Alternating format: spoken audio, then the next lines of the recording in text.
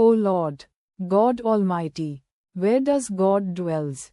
But for Thee only we prayed Thy prayer, in humble hearts and simple minds, but for Thee we never had been guided. God remains with those who are steadfast on their path. Suresh Kumar Makam. Union is bliss. Separation is anguish. Remembrance is forever. Benediction, God Almighty's mercy be on thee.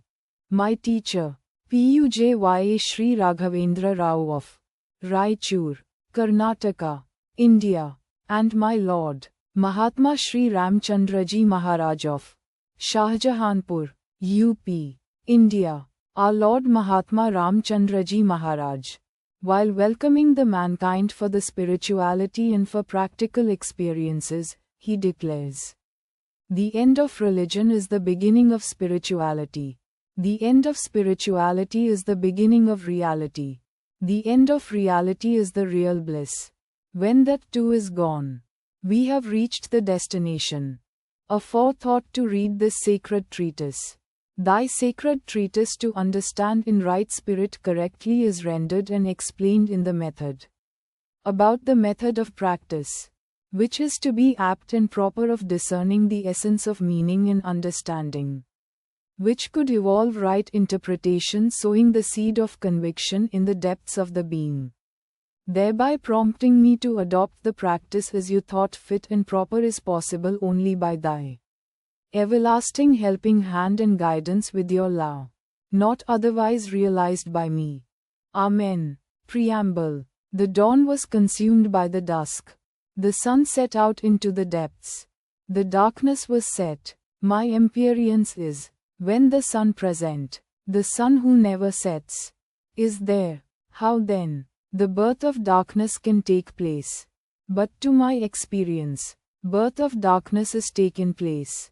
God citeth symbols, the saying goes, I did found the symbols of the birth of darkness, and to my astonishment, it is the creeping darkness, most dangerous form of darkness, and the creeping of the darkness, so forceful and powerful, that it crept and swelled the hearts, as if instantly, and the symbols were so powerful and the first symbol is so nauseating, so awkward, so much unacceptable, in the no times of the civilized world.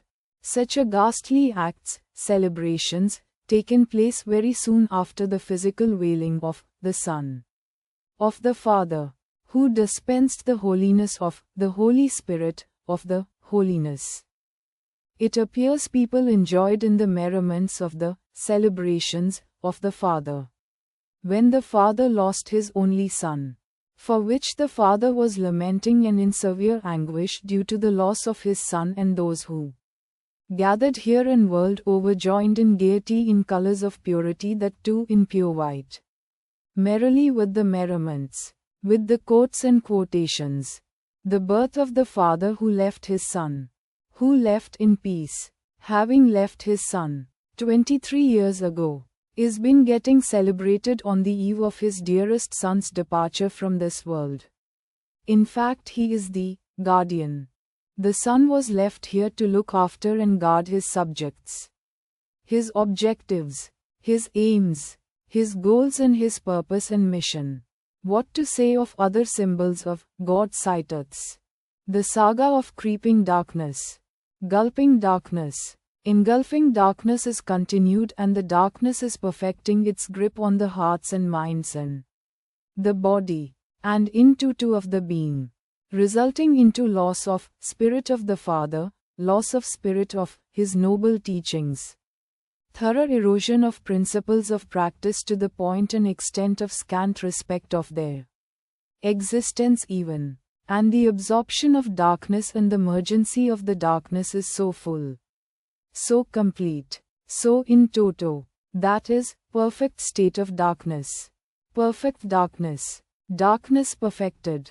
Darkness can be present.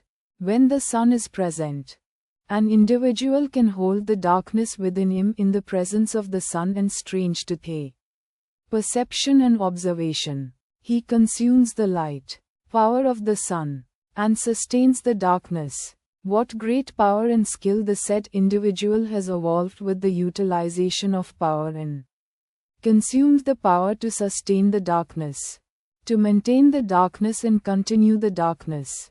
He just stands before him and declares as a declaration that, I exist. To observe the kind of a mechanism he evolved to evolve this process so as it can give the birth of the darkness. The darkness means generally is dark in color and no light in it. But I am speaking about the darkness, that which is invisible, which is imperceivable, which is intangible, but it has a blanket cover and it has the quality of enveloping. It has the quality of invincibleness in the individual who is marked with this. In his wildest dreams, he cannot accept its existence with him.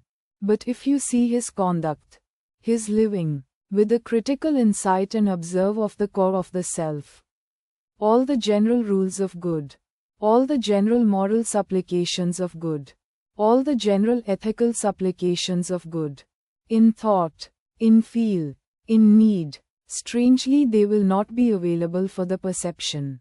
Rather other way, of perception, they are existing. The principle of human, the principle of marriage, the principle of family, the principle of relation, the principle of religion or the spirit of religion, spread of the darkness in these principles, led to the failure of the institution of human, institution of family, institute of marriage, institution of religion, institution of society and institution of relations and values results into the loss of their sanctity, their purity and thereby their purpose got defeated. Or the principle of spiritualness, or the principle of teaching or the principle of faith, or the principle of following, the principle of adherence, remain spiritless without essence. They are living but dead. The dead is living and continue to act and interact and conduct to show that the death truly occurred of the spirit. This is the power of darkness. It's such all-pervasive, that it is as omniscient, as omnipotent and as omnipresent. Next to the light it is standing. Rather along the light it is traveling. The sun who left the veil of his physicality on the 10th of April, 2006. The world he created was with brilliance and full of splendor. The grandeur is such that the great master, the Father, is living with full vigor and splendor, and the vibrancy is such that the hearts are used to vibrate in the remembrance of the Father, the Master. The hearts used to get melted. The soul used to get mingled, just a while taking the name of the Master, the Father. The hearts filled with brim of the love of the Master, the Father, and the devotion is oozed like nectar, and the devotees were prepared and were present in the presence of the sun, the sun. Light, light, light, and everywhere light. Alas, what happened? How such a sudden change can take place when every heart is illuminated, as if conducting like the sun only. How it can come to naught and end and leave it alone, the end. And it is emitting the darkness now, as if a dead heart which does not act. Where is the spirit, which was present in that heart? Where is the illumination of the mind gone?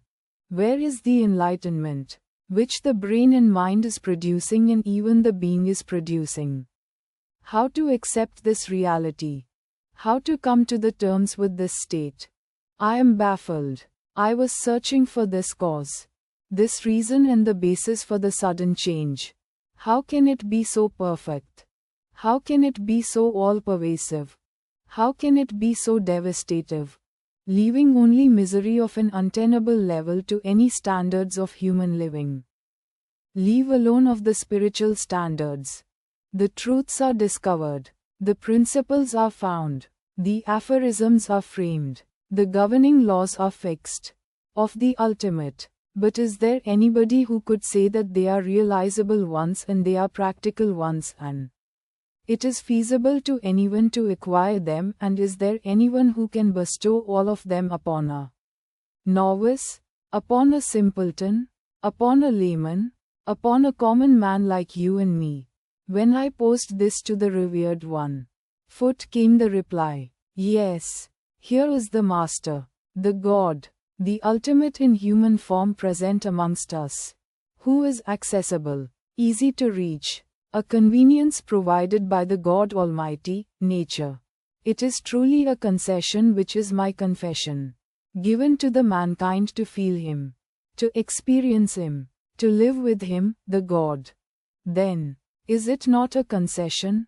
This great secret was revealed by Rao Sahib and this great secret is realized by him.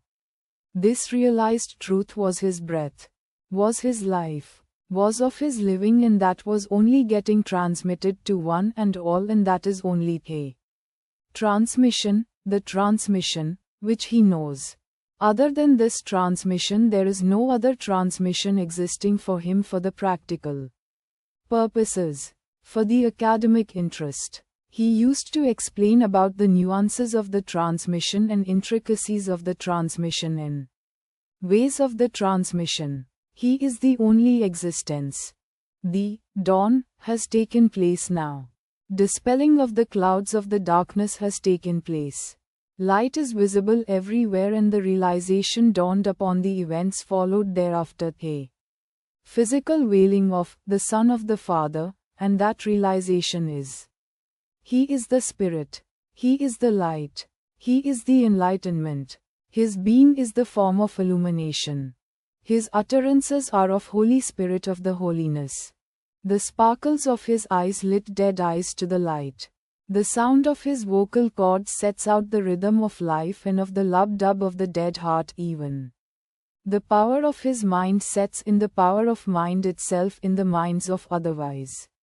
Further realization dawned upon, till times of His presence and in His presence and everybody shined forth. Everybody is spirited, everybody is lively, everybody is brimming with life full. Oh, the minute, the physical veiling has taken place. Every one of them remained. But not he nor his father. They only remained, they sustained, they continued. Such is the juncture in that point specific time. The truth is tottering on its feet. The reality is crumbling. The cry of the death is issued forth. The foul state is emerged. The perfect helpless state, the most severe and painful state is enveloped demanding instant addressing to the expressed state. From their august and noble house, the call of the prayer is heard. The method of practice was unveiled. The practice is in-form worship of the ultimate. The means are prayer, meditation and affirmations, with the live link to be established with the pure divine, with the help of the Smaran. The consent of the Adi Guru obtained. The approval of the guardians present, the method of Ramchandra, Layavastha in Brahman, as named and declared to the mankind as the surest solution for the perfect mergence in He ultimate in human form. Love in an absolute form is the only surest means for the achievement of the goal. The best definition given of Bhakti Yoga is perhaps embodied in the verse. May that love undying, which the non-discriminating have for the fleeting objects of the senses, never leave this heart of mine, of me who seek after thee. So in the above prayer the sage says, I will have that attachment, that tremendous clinging, only to thee, by Swami Vivekanand. I became thee and thou, I. Now none can say that, I am other than thee or that thou art other than me.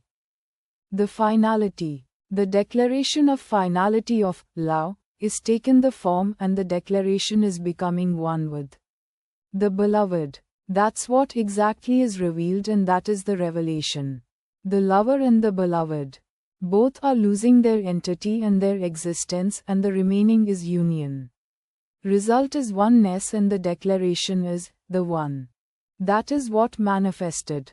Hence the new era began in the annals of the mankind of the chapter of love, which was never seen the pinnacle of love and of the end of the love.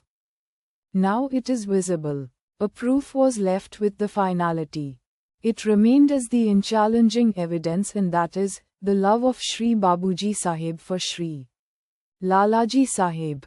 It was confirmed in the intercommunications of Shri Babuji Sahib with Shri Lord Krishnaji Maharaj and with Mata Radha. As such, Mata Radha said, "You are my brother now, and your love for your master is more superior and surpassing the love of me to Lord Krishna."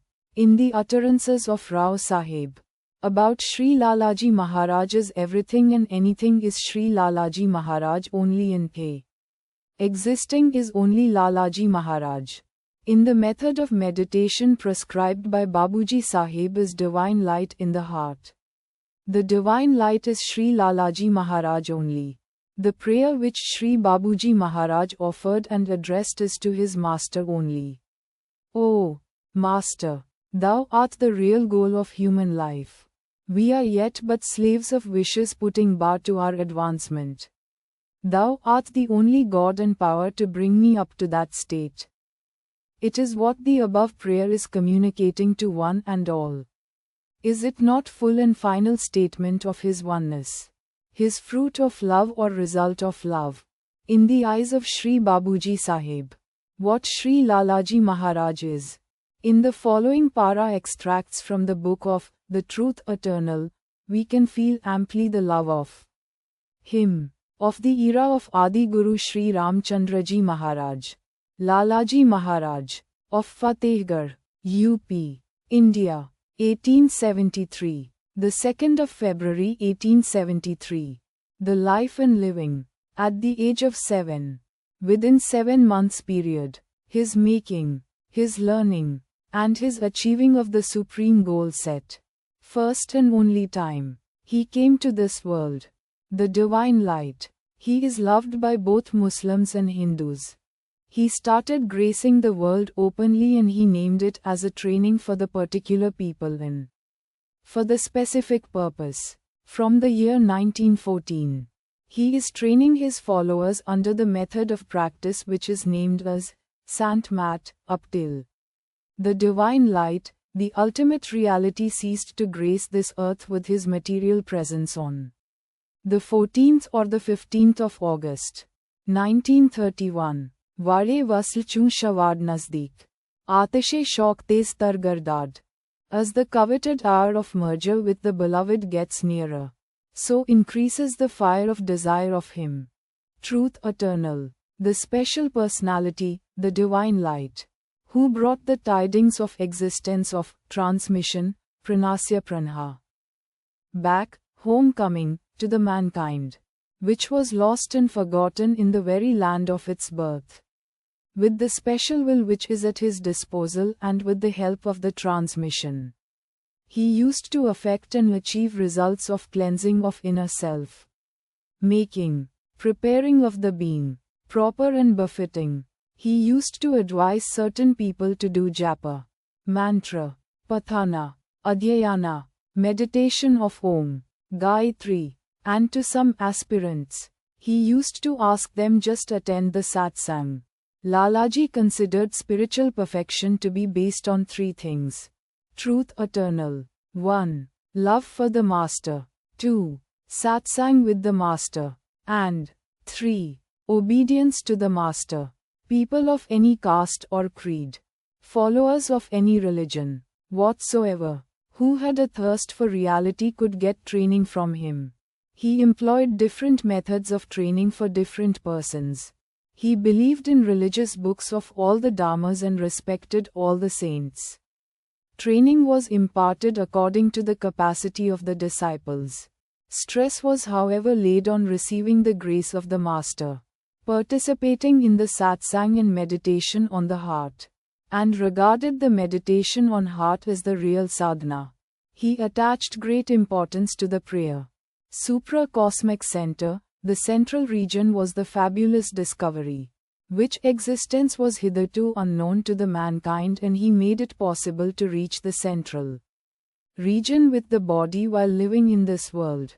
Up to the early 18th century and of the 19th century, spiritually, the human possible reach with their efforts, means and grace was before the beginning of supra-cosmic center.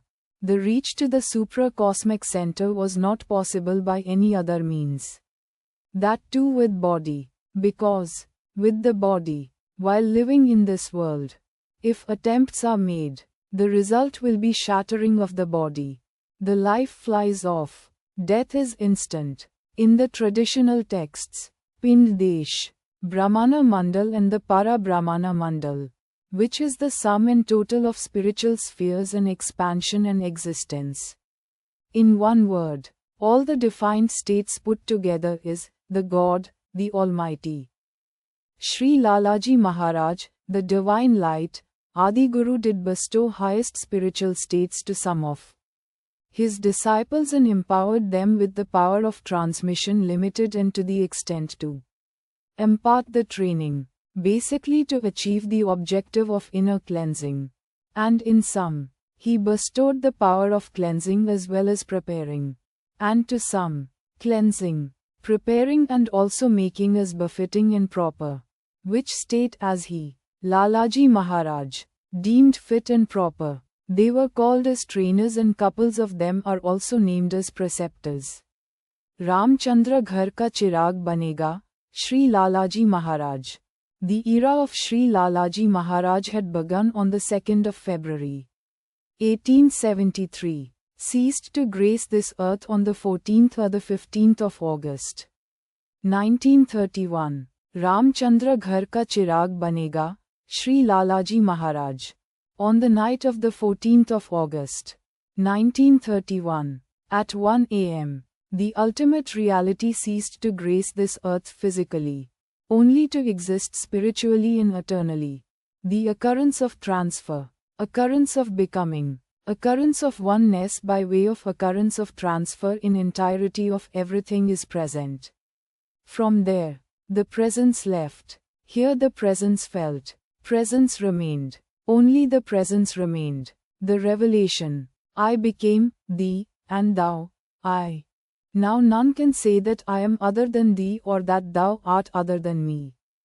Completed the process of oneness and his presence.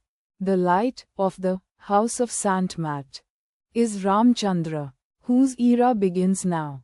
Long awaited declaration was presented to the mankind on the 31st of March, 1945. The Master of the Universe had come into presence. The saga began at the age of 22 years of Ramchandra Saxena, who touched the feet, who got smeared the dust of the holiness. Adi Guru Shri Lalaji Maharaj, Mahatma Samarth Guru Shri Ramchandraji Maharaj of Fatehgarh, who is the ultimate reality, who got the first smearing, who got connected with the ultimate reality. Firm and robust is the nature of the link established, permanent in nature to the eternity. Seamless is its joint. At the touch of the holy feet, first smearing of grace enveloped the heart. Began the revelation of grace. Instancy was the mode. Pouring in began of the grace. Of the saints too, of every order and method. Of the present times. Of the ancient times and times of the year. Revelation continued. Realization occurred.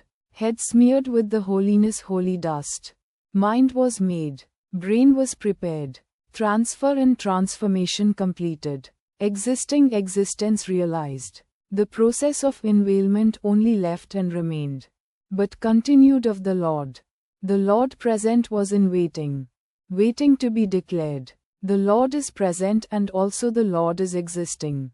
The process of revelation of the Lord is conducting. Lived thereafter. The Lord is living. Soon after the declaration of the Lord is living. The process of unveiling and unfurlment. Setting out the very pace of the time and the very clock of the time. Declared this training module, from beyond time. As the time and space are interdependent, the so-called physical time and space. Same could be applied for the spiritual time and spiritual space. When once you break one principle, the other principle also gets broken. Vice versa, The pace and velocity of this spiritual energy is unknown and is not known till this date. But the proof of the spiritual time, the spiritual space, the speed and velocity of its energy and the spiritual manifestation stood before us in the human form of Ramchandra. That human form of Ramchandra is that very ultimate in human form, with the ultimate conscious as his conscious and the ultimate reality, his existence. The physical existence, from the form of ultimate reality. The divine light, Shri Lalaji Maharaj flown is only the ultimate reality. Transferred only the ultimate conscious. That very divine light is the form. That exists only in the ultimate space. That activities are conducted in that ultimate time. That all the things are formed is Ramchandra. That Ramchandra says, I am a human, main insan hoon. Who else can this be? What else can he be? How else can he be conducting? We can perceive in this unparalleled magnanimity of the divine light, Shri Lalaji Maharaj bestowed upon the mankind to present to the mankind that very Lord. Hence the Lord is present living in the human form, conducting as the Lord. That only can be the reality. Is it not a concession? Is it not a convenience? If attempts are made to perceive, to understand, my intellect is getting stupefied. My mind is stunned, left in a deep shock, left to live with it. No other option. He is Ramchandra, the Master, revealed the ultimate, defined the ultimate, demarcated the ultimate as the region of heart of 5 circles of spheres of energy, named as the region of Maya, the region of the mind of 11 circles and spheres of energy, name as region of Ahankara, 7 circles of supra-cosmic center, the central region, the spheres of splendor and the center, the last and the final state, the conglomeration of points, the power centers. One section he classified as 13 knots, major knots, granthis, 63 points, power centers having superconscious states, arranging of them in order, awakening them, arising them, harnessing them, based upon the need for the purpose to be achieved, got presented by him to the mankind for their perusal of the vastness of it and hugeness of the issue. He prescribed a one method, a unified method of meditation on heart, taking the divine light as the base, and divine light is Shri Lalaji Maharaj. It is an unified method, applicable to all. Shobha, Upadan Karan. The first turn is the cause of the birth of the mind. He proclaimed to the world. Hence it is possible only with this medium to back to the home or to acquire back the original state as the element of the first turn is the element which got transformed as the mind in the human.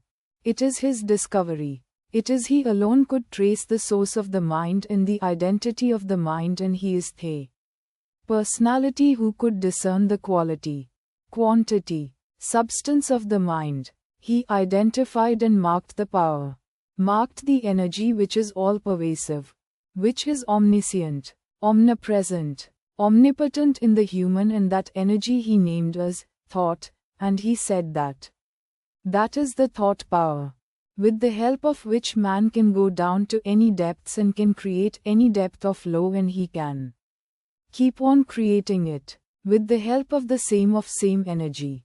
The thought, when applied, it becomes thought power, with the help of which he can raise from any low to any height, and the height is up to the supreme, and supreme itself. In its pure form the emergency can be perfect, can be completed, can be total, with the pure divine.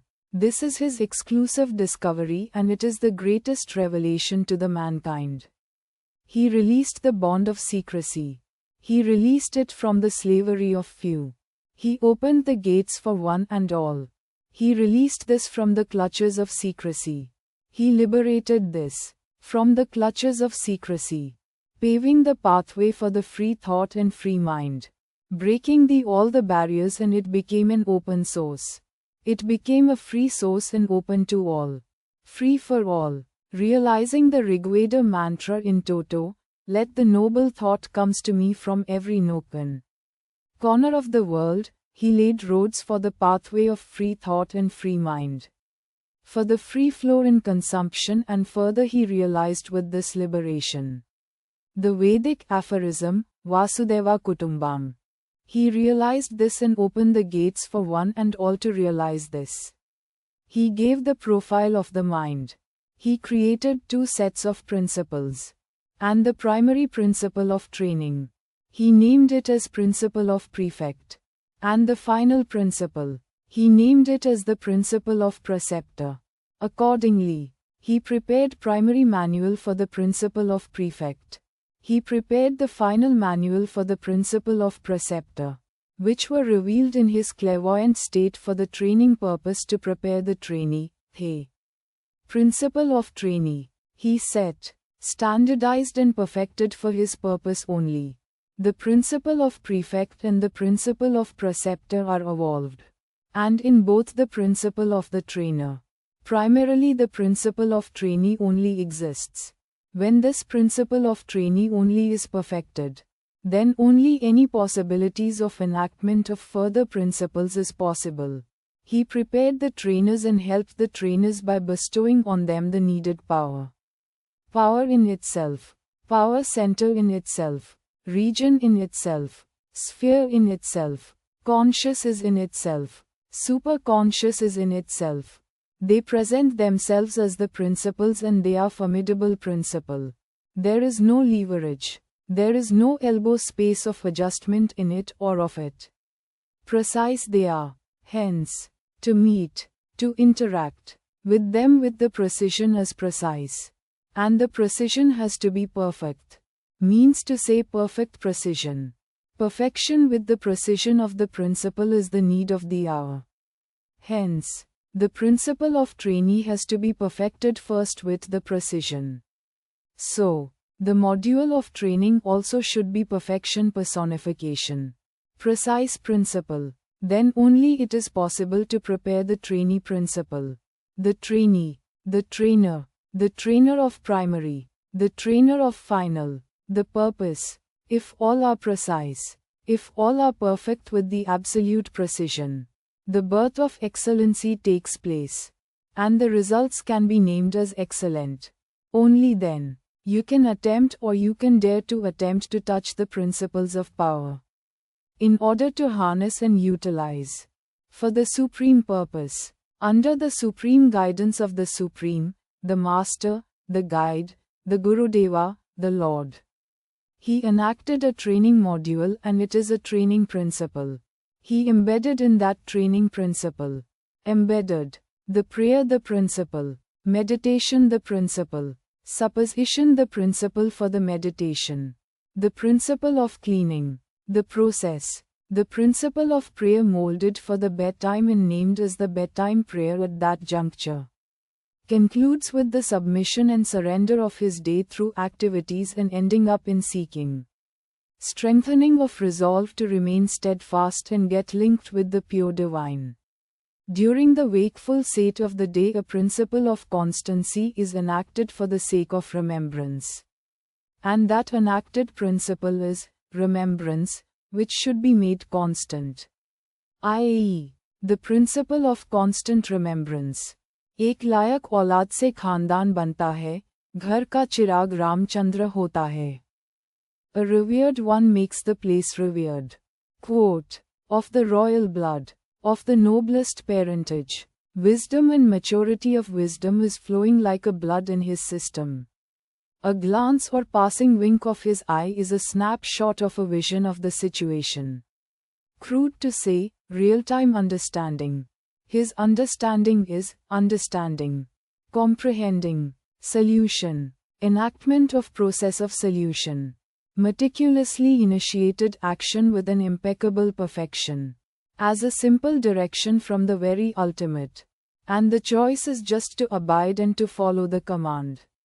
With such a graceful disposition and demeanor, he perceived the need to bring forth the spiritual centers at the places within the country and the spiritual centers, all over the world, primarily to cater to the needs of the trainee and specifically to cater the need of existence of the spirit, spiritual power, center, and to cater to the needs of the nature, climate, atmosphere and of the situations, in order to create a unified command for the spiritual command to exist and thereby other commands to harness, so as to produce welfare and well-being for the mankind and for the nature, for the well-being of the universe and for the purpose of God Almighty. Training is a minuscule part of the spiritual centers of which process byproduct is the emancipation of individual self. If, perchance, an individual self-trainee principle perfected, it is actually the principle which is perfected. The principle is perfected of the trainee principle which is having a relation with the spiritual training but not the individual into to perfected. The perfection of the individual along with the individual trainee principle, both are different. And perfecting the individual is again with a different set of principle for an application of harnessing that individual self principle, because an individual trainee for the training purpose, the training principle when initiated and perfected, the said trainee individual holds to himself his own individual principle and that independent individual principle is not getting annihilated or is not merging on the trainee principle. Hence, the training is taken by the individual trainee principle only because it is created within that individual self and individual entity, and he is maintaining all along the duality by consuming the power which actually been given or provided for the individual trainee principle but strengthened his individual entity and self principle. Thereby he maintained supremacy of individual entity and self over the principle of individual trainee for the purpose of God realization. Yes, he is having both the principles existing. One is the principle of divine, the other is principle of individual entity and self. The nourishment and nutrition provided by the Master with his divine impulses is greatly consumed of the great amount by the individual self and entity for the mundane purposes. In order to accomplish the tasks of the mundane purposes, he strengthens the faculties to accomplish the task of the mundane purposes. The fine faculties which are in need for the principle of trainee got blunted. But the principle is existing. By intense indulgence, immersion, involvement with his mundane likes and dislikes, he created a formidable self and entity existence as a one principle, and this principle of divine, which was the principle of trainee, become only the source of supply of the power needed for the self-aggrandizement and accomplishment of his desires. To check this, to curtail this, to harness this, to orient properly, he created centers of training headed with the men by equipping them who are basically people of good in nature, helping people, by and large selfless people. In other way to say, they are not nuisance. They are not nonsense to the social order. Such kind of people he chosen and manned the centers, but empowerment he only gave. Empowerment is by delegating powers, by emerging power, by way of power centers, creating a power center, awakening, arising, couple of power centers, unifying couple of power centers after arousal, or creating a power entity within the principle of the trainer, in order to only to help others. In order to smoothen his task and reducing strain and burden on him. Him means the trainer, while performing the sacred task of cleansing, purging and purification, and to prepare for achieving to turn to the pure divine and to make for achieving to turn to the pure divine and to turn to that pure divine. For achieving to turn to the pure divine and to standardize the principle of the trainee. By perfecting the principle of trainee for the spiritual purpose, he is the master in relation to the word, the master to the spiritual management, and he created a Perfect replica of him, bestowing him all of his powers, made them to head at a geographical location, and he named those persons' place as a branch. The power is rested with them, not with place, and also he created another kind of people who could cater to the good amount trainees at a certain geographical location under the supervision of a head, branch head. And that center is manned by another principle called principle of preceptor. That principle he made it to emerge in certain people and made them to man the place, to cater the individual training needs. He found in his mature wisdom for the spiritual congregation, The Bhandar, to take place on this Mother Earth. Hence he made mandatory to emerge festivities and to emerge the moods of festivities during a period of a year. Begins with Basant Panchami, heralding of the spring of season, and the birthday celebrations of a Adi Guru, the divine light, to immerse the globe in the creation with the divine grace for 3 days. For the specific purpose of generation of funds for the sake of main ashram building at Shahjahanpur, he obliged with a great reluctancy of the honest and sincere requests and humble prayers of the followers to celebrate his birthday celebrations, and the first birthday celebrations of him was taken place in the year 1975, and the function was held at Hyderabad Center. When the task was accomplished, he was in great remorse to continue his birthday celebrations. Unmindful of his inner wish, during his lifetime the celebrations were taken place. Gracefully he allowed it. Birthday celebrations of Lord Krishna Janmasthami he envisaged and practiced.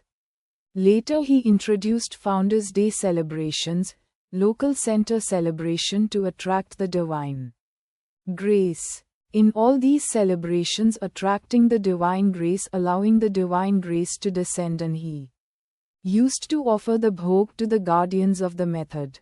The guardians of the path are Lord Shri Krishnaji Maharaj, Yuga Purusha, who has introduced the bhakti as the means. Mata Radhaji, who represents the law. Bhagwan Buddha, enlightenment. Away from every kind of other rituals other than meditation. Chaitanya Mahaprabhu, poetical Nama Sankirtana, connecting himself through the form of sound with the pure divine. Swami Vivekananda, Shraddha Swarupa. True disciple, form of faith and form of disciple. Adi Guru Sri Lalaji Maharaj, the divine light. Realization of all this on dotted lines of every principle, i.e. the principle of trainee, the principle of trainer, the principle of prefect, principle of preceptor, principle of training module, principle of consciousness, principle of faith, principle of devotion, principle of love, principle of absorption, principle of mergency, principle of oneness and principle of one, principle of power, principle of splendor of all the principles, essence of all the principle. The Lord Sri Babuji Maharaj sought to it to emerge in his other self. That other self is Raghavendra, and that other self revealed, presented to the world as the proof of existence of this eternal principle. With a time date specific he recorded himself, and that founding of his records he sent in writing through the letters to the disciple, that is his other self, that is Raghavendra Rao, and they are available for one and all. Initiation with the divine began with the letter. Through the correspondence and practicality of the initiation matured in the association with the divine. Clinging with the divine established at the onset of the beginning of the practice of meditation, which was fructified within the span of 7 months, which began on the 3rd of March 1955. Fructification 12th October 1955. Love at first sight occurred in the last week of October 1955. The lover disappeared. Beloved only present thereafter, and it occurred at Shahjahanpur. For the first time. Special personality when started his work, and the work is the change. Waiting was quite long. Task was huge. Situation was in the state of unchanging and formidable. No leverage, no elbow space, no free state, not airtight, but watertight is the situation. The turning is made, the turning was perfected, the turn was to the destruction and annihilation. Turning is towards it, nay, the turning acquired it. Perfect curvature, terminals of curvature, well seeped and deep. These states were perceived by the special personality in his clairvoyant state. Sets himself for the change. Initiated the change. Steadfast as he, steadfast he was. Unmindful and unconcerned for rest of the things. Concerned and committed only for change. The change is for the world. Change of the world. World and human are synonymous words for him. He is certain. If you bring the change in the human, you have changed the world too. Hence he oriented all efforts, all his actions, deeds, to bring the change in the human, to help him and to assist him, the human and the world. He effected the change upon the world. And to begin with, he started cleansing the atmosphere of the poisonous elements of wrong forces. He set out the bad states. He effected the change in the trend of the energy for the positiveness and for the betterment by infusing purity, sanctity and divinity. Due to its effect, intellect of the world set itself to bloom. Due to its effect, human brains absorbed the positiveness. Committed become the psyche of the development of well-being of the mankind and of the world. And the spirit of humanness has sharpened. And the human spirit has started working relentlessly to fight out all odds to tide over all obstructions and oriented itself for the welfare and well-being of the human society and of environment as a one single entity, not as a separate entity. Now the present human society is understanding as so. The creation is the one single entity. Everyone and everything is part of it. Intellectual giants are born. Genius brains are at work. Mighty men sprang up. But the task is half completed. As the spiritual well-being and the spiritual welfare not attained yet remained incomplete, the world presents itself with the spiritual pygmies. But the need is for the spiritual giants and of the mighty men of spirituality and of geniusness of spirituality. The special personality searched the universe, scanned the world for such souls, felt the need to find them, felt the need to awaken them, felt the need to arouse them, and felt the need of empowering them too, as there was a sluggishness and lack of strength and power at their disposal. If the special personality found the need of power availability for innumerable tasks, and he infused ample energy and power so as to be available for the right mind and right-spirited people at their beck and call, and he created reserves and reservoirs of it. And the search and quest of him is on with right earnest, and his seeking for the right kind of people so earnest, and his deep yearning to have such kind of associates, and his yearning of soul. It became in every inhalation and exhalation consumed for it, and his prayers at the lotus feet of the Adi Guru is such that he riveted himself at the holy feet at the holiness to grant the boon of such associates, and never raised his head from the holiness. The grant issued forth from that august and noble house for such kind of a souls and associates. The call was heard. The fellow traveler is born, and it became the call of the fellow traveler. The soul in waiting, the being in waiting, the fullness of spirit is present. Having a sound mind, sharp intellect, ample and abundant intelligence, committed, unwavering thought, perfect human at heart, original thinker, flawless in behavior, spotless in character, simplicity. Oh, here was the personification personified. Multitudes of character, perfected in him, with service and sacrifice. His being was made. He only touched once his feet, the personality's feet, and remained there. Love, oh, it oozes out from his pores. Leave alone from his eyes. Forget about his vocal cords. unmindful of the source of his heart. Every thought that issued forth from him is laced with the law. Every act of him is dyed with the pure law.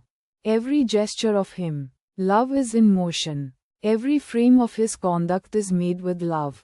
He opened a class and conducted the classes there for the persona of humor.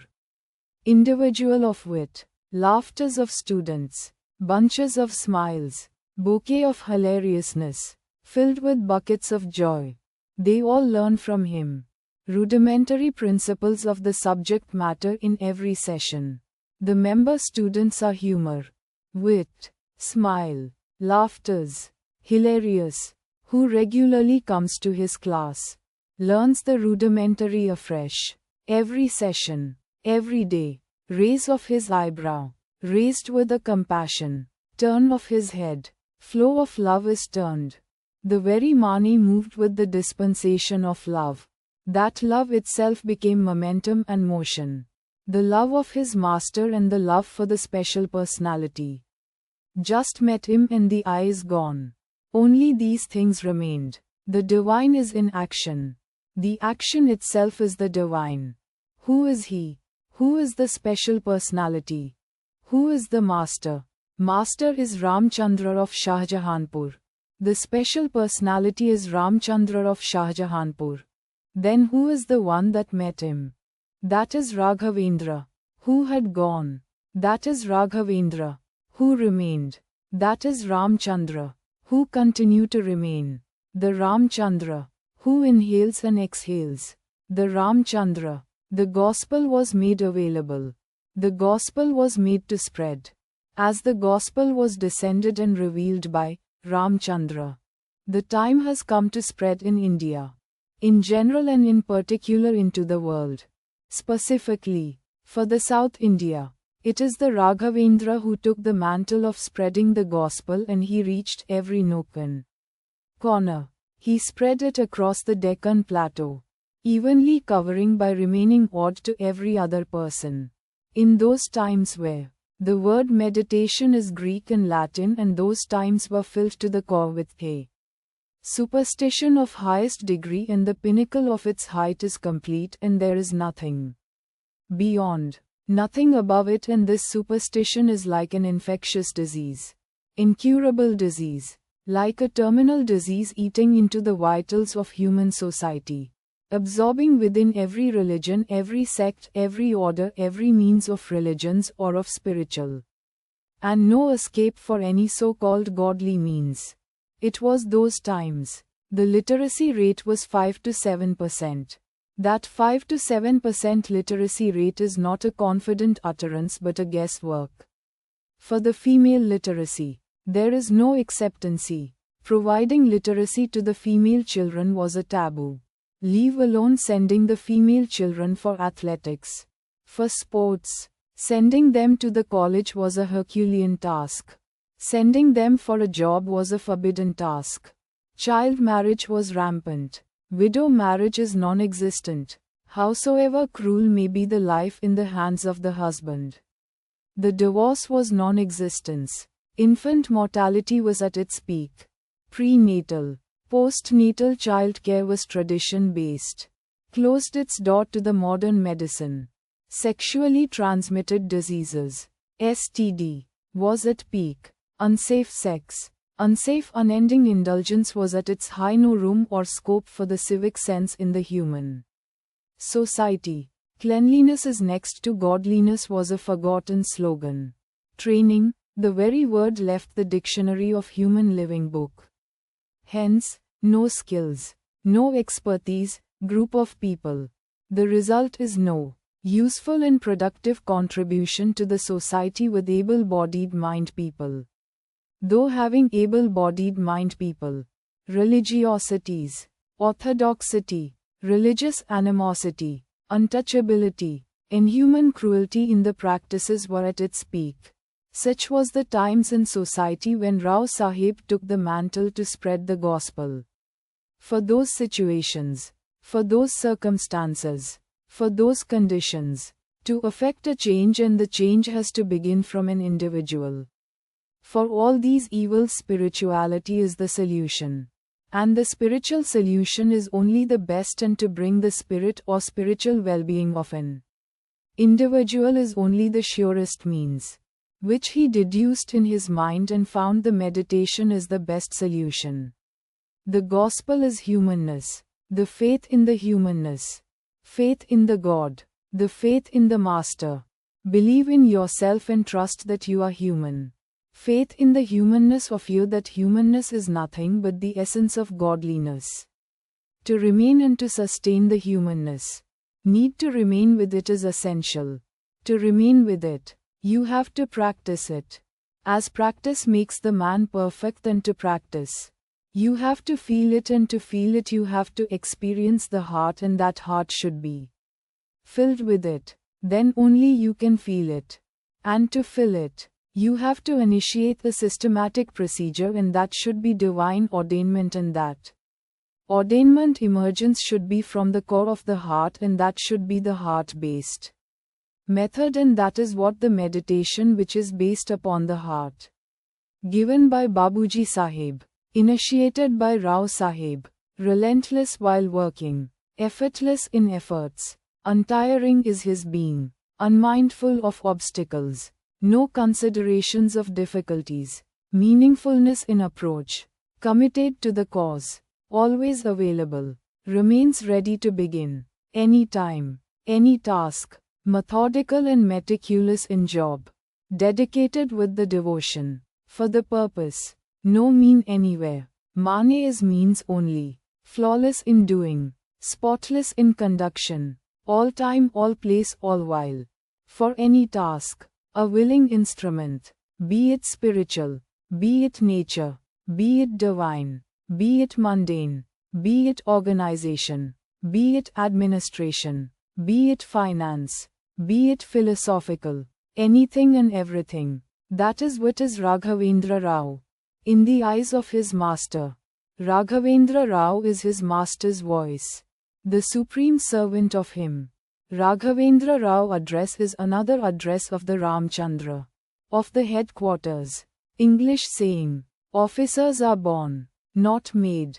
Preface. Physical, mental, psychic, and spiritual existence is accepted of human race, and maintenance of its well-being is essential to exist and to remain on this planet, so that the state of harmony and peace prevails on this planet for animate and inanimate objects of manifestation of nature and for nature itself. Food, fear, sleep, and cohabitation are major necessities or characters of human. Food is need of the physique, fear is of the mind, sleep is requirement of psychic, and cohabitation is requirement of physical, mental, psychic, and spiritual well-being, in which the act of procreation is inbuilt and embedded thoroughly into human system. First primary three existences are self-explanatory and known to all, whereas the spiritual existence and well-being is needed to be thought, as it involves not only the four existences of expressed states but also of innumerable states in the form of consciousness, forms and states, still possessing and having the same characters and needs of human existence. Spirit is generally classified into four forms of appearances: plain consciousness, subconsciousness, unconsciousness, superconsciousness. Further grouping is possible in order to understand, to analyze, and analyze in order to understand. Plain consciousness and subconsciousness are two faces of the same coin, forming as one group. Plain consciousness is gateway of external existence and gateway to internal existence, and works as an end terminal of receiving information and sending information for initiating the process of action and reaction for all the states and stages of existence of human being. Subconsciousness is the depth of consciousness, whose basic function is to relax the tired state of human of all his existence by connecting it to the divine impulse, so as to refresh and relax the existence by allowing the natural state to prevail in that conscious, Unconsciousness is a middle state which is independent in nature and after the states of plane consciousness and subconsciousness and before the superconsciousness. Rather, we may call it as primary state of superconsciousness. It is directly responsible for the functions of internal parts and its well-being in continuity. Apart from mental and psychic well-beings as well as of subconscious.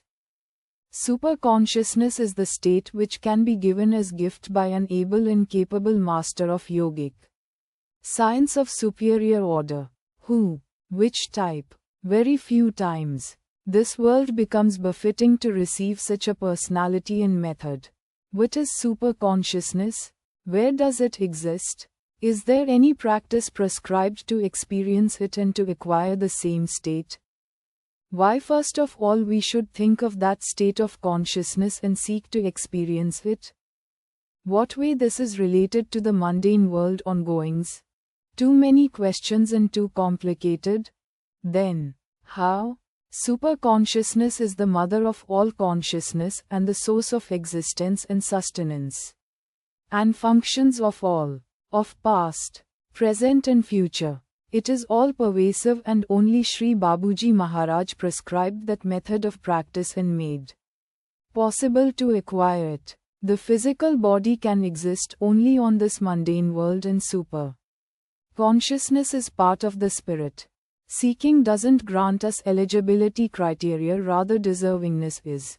Then it is completely need-dependent and deserving state, and of the sweet will of the great master to bestow it. All the mystic experiences and visions as well as the knowledge of different powers and energies which take place on this plane and its functions and conduct. The basic and foremost inbuilt capacity of this consciousness is that it can be utilized to give permanent effect in molding and cleansing the mind of the trainee and mold it to fit into a state to receive the divine and its impulses. It is through and of this level intercommunion can take place, and Sri Babuji Maharaj said that clairvoyant state of highest order can be experienced through this consciousness only. Innumerable are levels, states and stages of superconsciousness leading to the state and stage of ultimate consciousness, which is the source from which every consciousness is born, sustained and continue to remain. Consciousness is the backbone of human existence and it is one of its expressions of spirit, and the subject is called spirituality. Thought, thought potency, thought process and thought application. Mind and its nature, mind and its character, mind and its states, stages and levels. Consciousness its states, stages and levels. Spirit and its essence. This subject matter is the subject matter of supermind and superhuman. Nay, the very nature has to manifest a being, or by creating such a state of atmosphere for that superhuman to come down to this earth with that ultimate consciousness and with that ultimate mind and with that ultimate power of thought. Rather, that very ultimate has to take human form through the process of procreation in order to explain, clarify, direct, orient, harness, mold and to spread the essence of above-mentioned subject matters for the human existence and its continuation. That he further has to equip himself with a suitable method of practice, means, and power to make it suitable to the tiny self called human being of present times. All the above comprises of the subject matter of spirituality, a very special subject, demanding a specialized way of study, and it becomes possible only by a specialist to study and to unravel the mysteries of the subject, and he must be a special personality. Ancestry and lineage of spiritual science. Fusion, and fusion. Fusible matter helped to achieve the fusion, that too achieving nuclear fusion of life and living. The fissile is the nature of life to achieve fusion, in the hands of Yoga Brahman, he ultimate, and to emerge and evolve, Mahayogi, absorbing yogic science and yogic engineering, transforming the energies Emerged out of the yogic process, fusion and fission of energies is the personality of yoga, by the god of yoga and source of yoga, Ramchandra of Shahjahanpur. Ramchandra of Fatehgarh, the divine light, UP, India, made the event to happen and transformed it as phenomena, and Mahayogi was born. The 19th of March, Yoga Drishtra. They made, named as Raghavendra Rao, by their holy parents, pure pristine pearl of yogic wisdom. Presented to the posterity, only to release and issue forth, the spiritual renaissance, as great gift of God to the mankind, so as to remain forever as everlasting gift amidst them. By the divine light, and Yoga Brahman, melm of supplications of mine, mutely, of meek, at thy lotus feet. The yogic science of Raj Yoga was born in India 72 generations prior to Raja Dasarat of Surya Vansh dynasty, who achieved the peak and pinnacle with his self-endeavor, the source, the center, and became, hey, source of yoga, who gave the term, Raj Yoga, and found the same power of the center is present in the human being, in the form of thought power, and deduced in his thinking that it could be utilized to find solution, a thorough solution to the problem of life, and he structured it in such a way so as it could help the mankind. That knowledge was stored and it was preserved only with one intention, to help the posterity of mankind. He was swimming in the central region, being mostly attached to the center itself. He found out that the motion or stir of some power from beneath the center brought the present world into existence. The stirring thought is, in other words, called Upadan Karan, or Kshobh.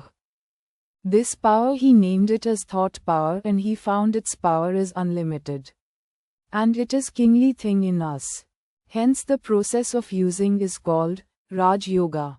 And with it, he started training, steering us to our goal. The divine light graced and smearing of this planet with the divine grace taken place on Basanta Panchami day of 1873.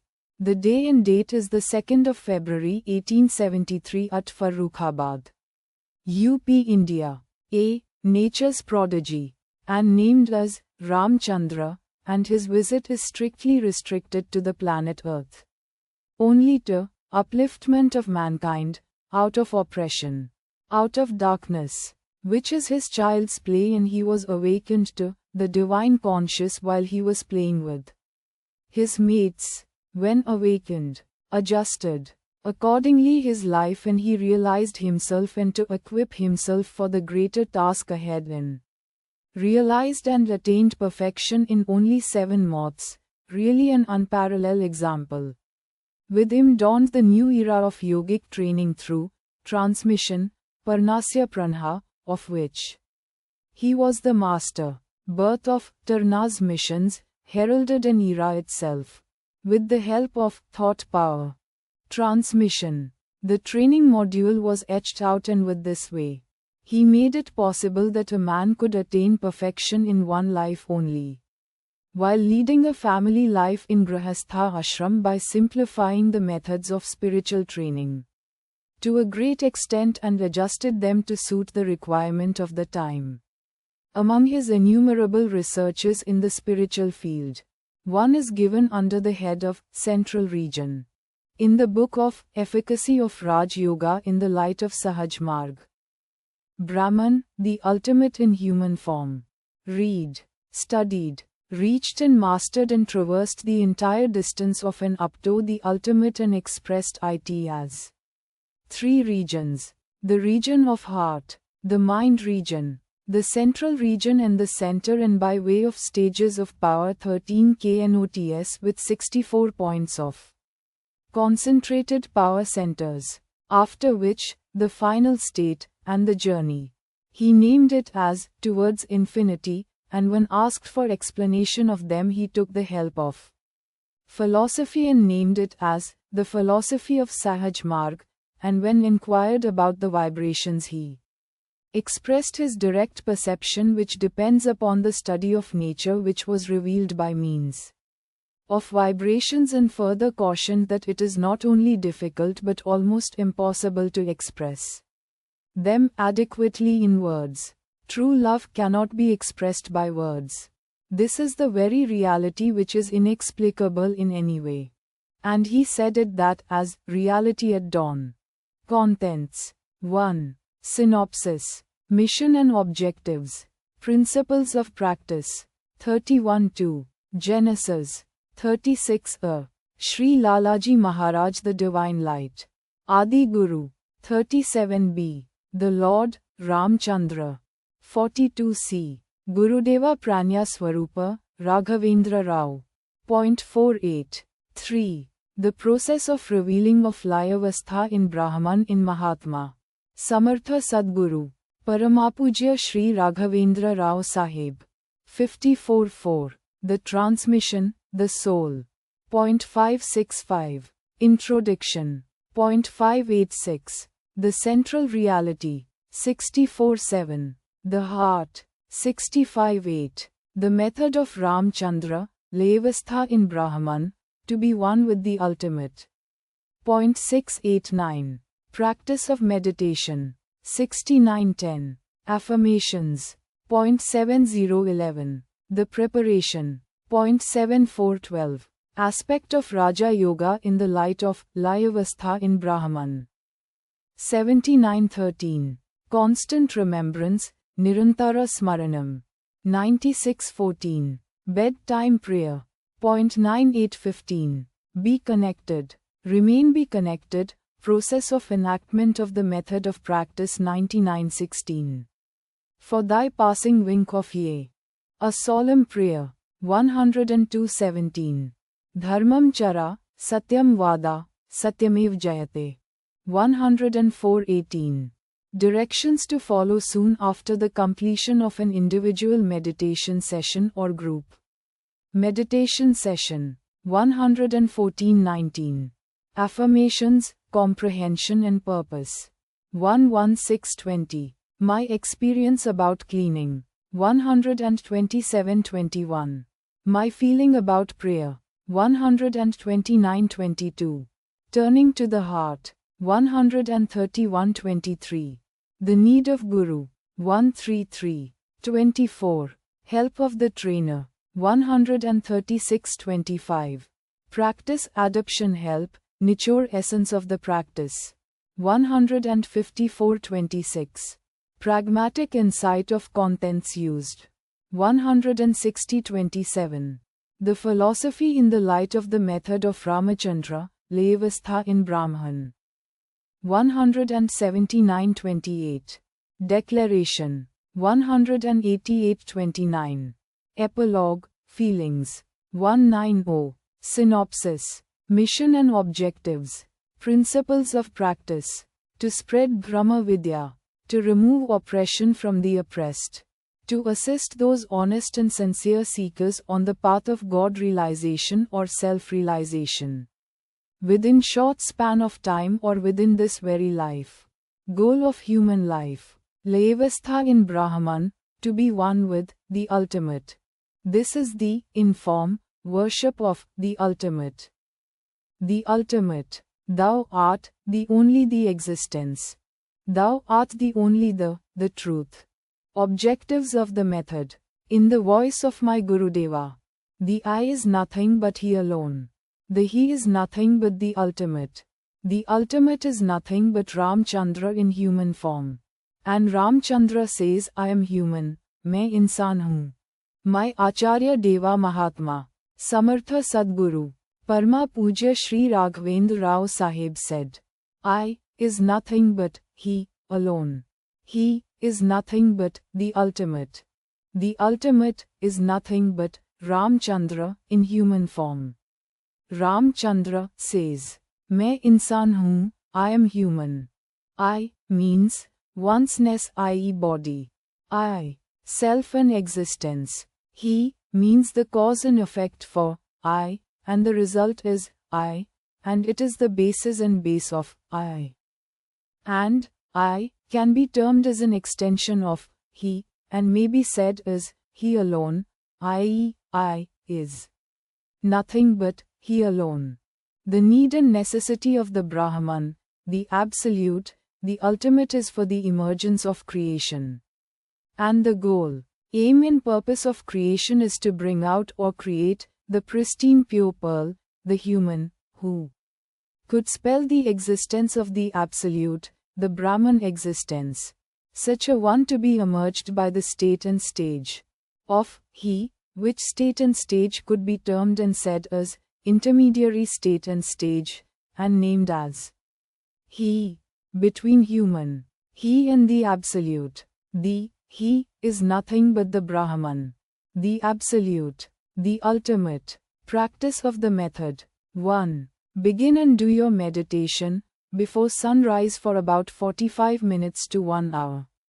2. After sunset, when you have some leisure, spare about 45 minutes to 1 hour for doing evening meditation. 3. Practice of constant remembrance during the wakeful state, when you are awake, with the help of Nama Smarana. 4. Bedtime prayer. To sit for bedtime prayer before going to bed. Sleep. Spare 15 minutes to 1/2 an hour for prayer and get linked up to the divine in a prayerful state. Thereby acquire the sleep state, while gently turning to your heart, where you feel lub-dub, feeling and experiencing the Lord. For housewife, it is essential and advisable for her to do the meditation whenever it is convenient, at her leisure, but not necessarily before sunrise and after sunset. And it is essential for her to attend to all household chores, including attending children and elders, in constant remembrance of the divine and as a trustee. The cooking and serving should be done in constant remembrance and also reciting the prayer. Due care to be taken for the cleanliness and hygiene while cooking, serving and preserving the food, etc. For children, teach the child the prayer and make the child to recite the prayer when it wakes up and before going to bed. Sleep once or twice. Meditation. Meditation means deep contemplation in silence, resulting in absorption in the Lord. And the state of meditator, seeker, is of a witness at the beginning of the process of meditation, which process leads you to forgetfulness, erasing and effacing and nullification of individual existence with the replacement of he, Lord. Process of absorption, initiation and ignition, by utilizing the means of smaran, vision and meditation. The I, to become, he, and that, becoming, is by that very process of absorption, by utilizing the means of smaran, vikshanam, vision, viewing, and meditation. Remembrance constant, smaran. Smaran means sound of silence. One-pointed continuous thinking, eka tatava chintanam yogam. Turning. Intense inward pulling is turning. Turning is the process. Process means and indicates rise and fall. That rise and fall has the force and strength to sail through. Smaran alone can help. It smoothens the sail, tide over the tides of rise and fall. The sailing with the help of smaran takes to the destination. That is the beginning of viewing. Turning is a continuous process till the last breath of life, and the last breath to be consumed in the smaran of Him. Vision viewing, vikshanam. Vikshanam is an attempt. Attention of vision be affixed and riveted at the point of lub-dub of heart with intensity, by holding the thought and continuing holding the thought. Thought means here smaran of Ramchandra, Raghavendra. When I see him or attempt to see him, it is vikshanam. When he sees me and me realizes, it is darshanam. Peep deep through the heart and get riveted at the point specific, is vikshanam. I.e., viewing of the Lord sitting and meditating himself upon himself, and get absorbed in him. Note, by continuously doing Vikshanam gets strengthened and then repeatedly done. It is an abhyas. When the abhyas becomes continuous without any break or gap, it becomes sadhana, the one who holds on to it. Sadhana is sadhaka. Vision actualization, darshanam. Vikshanam is an attempt, darshanam is a grant. To view means to worship. Purpose. To worship as if thou savest him. For if thou sayest him not, yet seeth he thee. When the remembrance of the beloved intensifies, resulting into intense restlessness to see him. In form. That lays the pathway for, in form, to emerge. Parallelly, evolving visual capabilities of highest order of a vision medium evolving befittingly of a proper media of vision to see or view the Lord. And to view, light is the need in. Light is nothing but the divine light, and with the help of the divine light alone, it is possible to see the Lord. Because the divine light emits from the Lord alone and it is his sphere. When, in form and real, the emergence of the Lord takes place, then it can be named darshanam, and darshanam is the grant. Prayer goes up, blessings comes down. Vision viewing, vikshanam is the beginning of the end, which is the culmination of practice of smaran of the Lord, and the Lord in the real sense and truly emerges. And that emergence of the Lord get expressed in the human system as humility, and the body gets the boon of relaxation. Ease and becomes natural, with slight bending and turning to the heart. And the heart and the entire being is filled with the divine light. By the time the divine light spreads and absorbs, the I and self become non-existent. And the Lord has begun the meditation, meditating himself upon himself, and he is the only existence.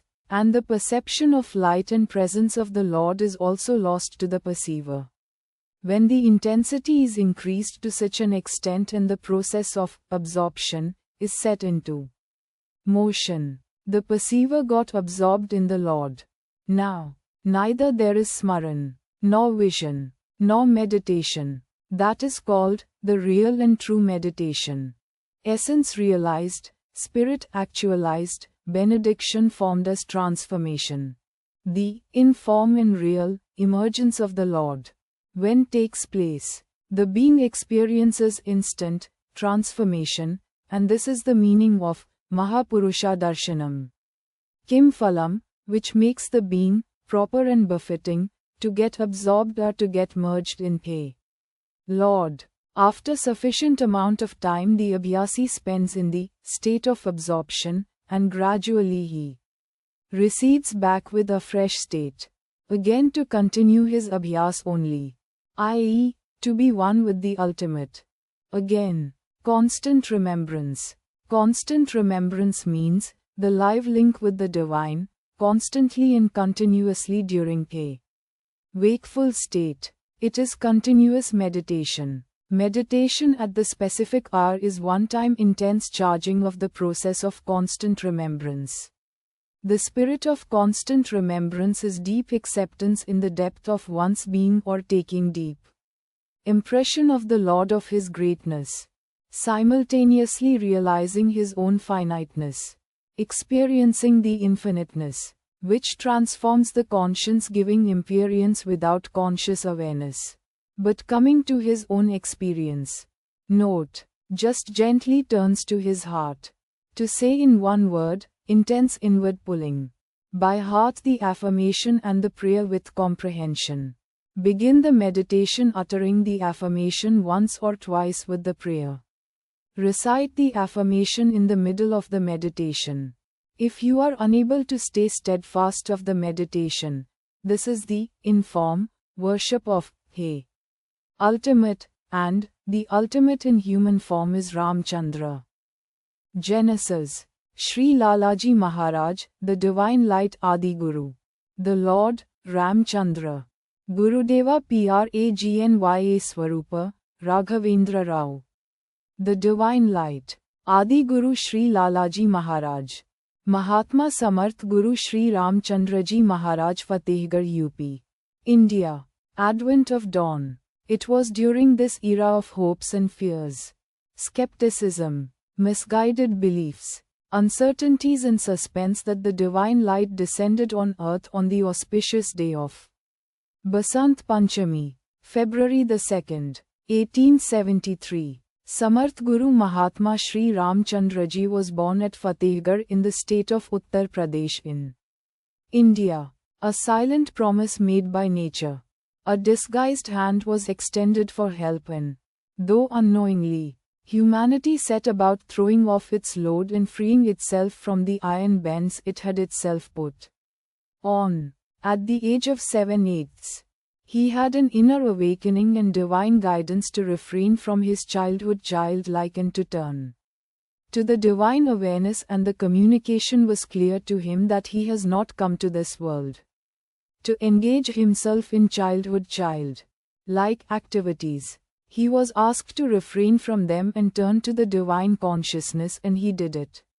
He acquired the needed divine consciousness and completed his journey to be one with the God ultimate within a short span of time of 7 months. He began training people on the path of God realization by prescribing certain people to do japa only, some people to do mantra only, others to do Gayatri recitation only, some others to meditate on Om only, certain people to meditate on Gayatri on heart only, few people to just reading scriptures only, and few others to attend satsang only. But he used to undertake the inner cleaning of all his abhyasas as his job, and whenever there is necessity he used to give transmission. After his level of preparation is completed, i.e., becoming proper and befitting to achieve the objective, the abhyasi is at liberty to choose the path of his choice in furtherance of the objective. No binding on the abhyasas to follow him thereafter. Thorough conviction of bountifulness of God, implicit faith in saints' grace is core essential on the path of spirituality, which he believed and put it into practice. He further believed that nothing be achieved anything by force or by might, by deservingness or by ability on the path of spirituality. It is only by his kind grace it is possible. He named this method as Sant Mat. Wait patiently for the fulfillment of thy Lord's decree, for verily thou art in our sight. He is the most merciful of the merciful. Our Lord is God. The divine light is the way Shri Babuji Maharaj used to refer, Bhai Adab se betu, Lalaji Sahab padhar rahe hain. Lalaji Sahab apni palang ke upar बैठे हैं. होशियार. Quote. दिल के धड़कन रुक जाता है, सांस बैंड हो जाता है, एक पाल के लिए लालाजी साहब के स्मरण ना हुए तो भैया हम का कहें, ये सब कुछ लालाजी महाराज की कृपा है। हमने देखा कुछ, हमने ना देखा कुछ, हमने ना सुना कुछ, हमने ना सोच सका कुछ, लालाजी महाराज के सिवाय कभी इन्होंने इस धरती पर जन्म ना लिया। पहली बार और एक ही बार इस धरती पर उनके आना हुआ। वही है the divine light. Dead mind to live, death of spirit to life, hopeless to hope, to lit, to illuminate and to enlighten, to dispel the darkness, to melt the frozen lives so as to release the frozen state, to melt the rocky hearts, to infuse the spirit, to clean the atmosphere of ungodliness, to clear the unspiritualness, to clear the impediments, to destroy the evil, to fill the humanness, to clear the impurities so as to fill the purity, to make this world as the abode of sanctity by filling with the divinity, to lighten up the entire globe, nay the entire universe, that is possible only with thy presence. Hence thyself is the prodigal son of the nature. The great men seldom born but born with the great task at their disposal to achieve. Thy visit to this planet is not accidental. Thy coming is filled with the purpose. The Lord homecoming. thy unveilment of transmission, thy unveilment of central region, thy unveilment of the center which thou made it possible for the human, while having the human body to have it and to reach it, to be one with it. Thou art the divine light. Thou art the existence. Thou art the truth. Thou art the only. Adi Guru Shri Lalaji Maharaj. This special personality, who was a prodigy of nature, the ultimate reality, brought back to humanity the long-forgotten art of transmission of the Upanishadic Pranasya Prana, and worked out a novel method of spiritual training which completely relieved the practicant of almost all of his responsibilities. Both his philosophy and the method, though based on Vedic foundation, are entirely new and are rightly termed by Dr. K. C. Varadachari as a new darshana or the seventh darshana, the location of center or God, the discovery of a region beyond the supracosmic sphere called central region in the ultimate state termed by him as Tam were like a closed book to knowledge. These discoveries have provided food for thought both to the intellectuals and the spiritualists alike. Thou seemed human and divine, the highest, holiest, man Lord thou. Our wills are ours, we know not how. Our wills are ours, to make them thine. The heights of great men reached and kept, were not attained by sudden flight, but they, while their companions slept, were toiling upward in the night. Longfellow, once he wrote, "It is good to be put to worries. The home is the training center for submission and endurance. etc. It is the greatest form of penance and sacrifice." At another place he writes, "As for afflictions and worries, I too had mine which might perhaps be shocking to another. Often I had nothing for my meals. I had a number of children and dependents to support. Besides, at times I had to help others too, which I could not avoid. The entire responsibility was upon me alone, and I had to manage all that and provide for all requirements. I may also tell you that sometimes there was only one quilt, and that too with badly mutilated padding, to cover the whole family. But I took it as a display of misfortune only, which passed away with time.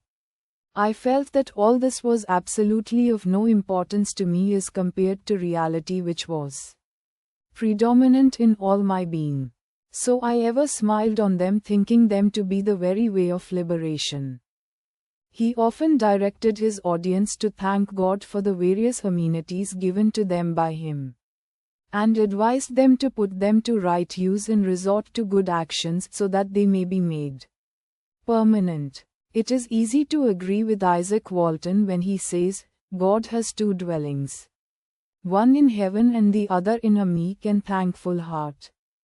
O thou immortal deity, whose throne is in the depth of human thought, I do adjure thy power in thee, by all that man may be, by all that he is not, by all that he has been and yet must be. Shelley. Display of miracles was extremely disgustful to him. If someone attains siddhis in his sadhana, he at once removed that state. Ego was likewise never allowed to grow. He advocated that the aspirants, practicants should always remain away from siddhis until they reach their goal and the discipline is perfected. When the sarak reaches his goal, all his actions automatically become miracles. He held the opinion that the greatest miracle of a saint was to transform an animal into a perfect man. There is no denying of his full command over siddhis, but he never used those powers. Lalaji considered spiritual perfection to be based on three things: 1. Love for the master; 2. Satsang with the master; and 3. Obedience to the master. By Sri Lalaji Maharaj, from the Book of Truth Eternal. On the day of leaving his mortal remains, he came to the puja room unaided, and all by himself lay on his bed with his eyes closed, never to be opened again. At 1 a.m. the 14th or the 15th of August 1931 in the night, the light which had illumined and enlightened the hearts of groaning humanity with unparalleled love and changed the face of the earth, allowed itself to be extinguished. This great house of madmen, which we call the world, was left to be lit up by the small and big sparks he had lit. Ramchandra, the Lord, main insan hu, I am human, smeared this earth, paid a visit to this planet Earth, heralded his coming to this earth on the specific date of the 30th of April 1899 at Shahjahanpur, UP, India, to the noblest parentage. Early life, as a student under the tutelage of Adi Guru. Reached the holy feet of Sri Lalaji Maharaj on O3 Road, June 1922. Received the transmission for the first time. Remembrance aroused of him naturally. Effect lasted for several days. Lived in a different condition and state and atmosphere. Started meditation on my masters, Sri Lalaji Maharaj.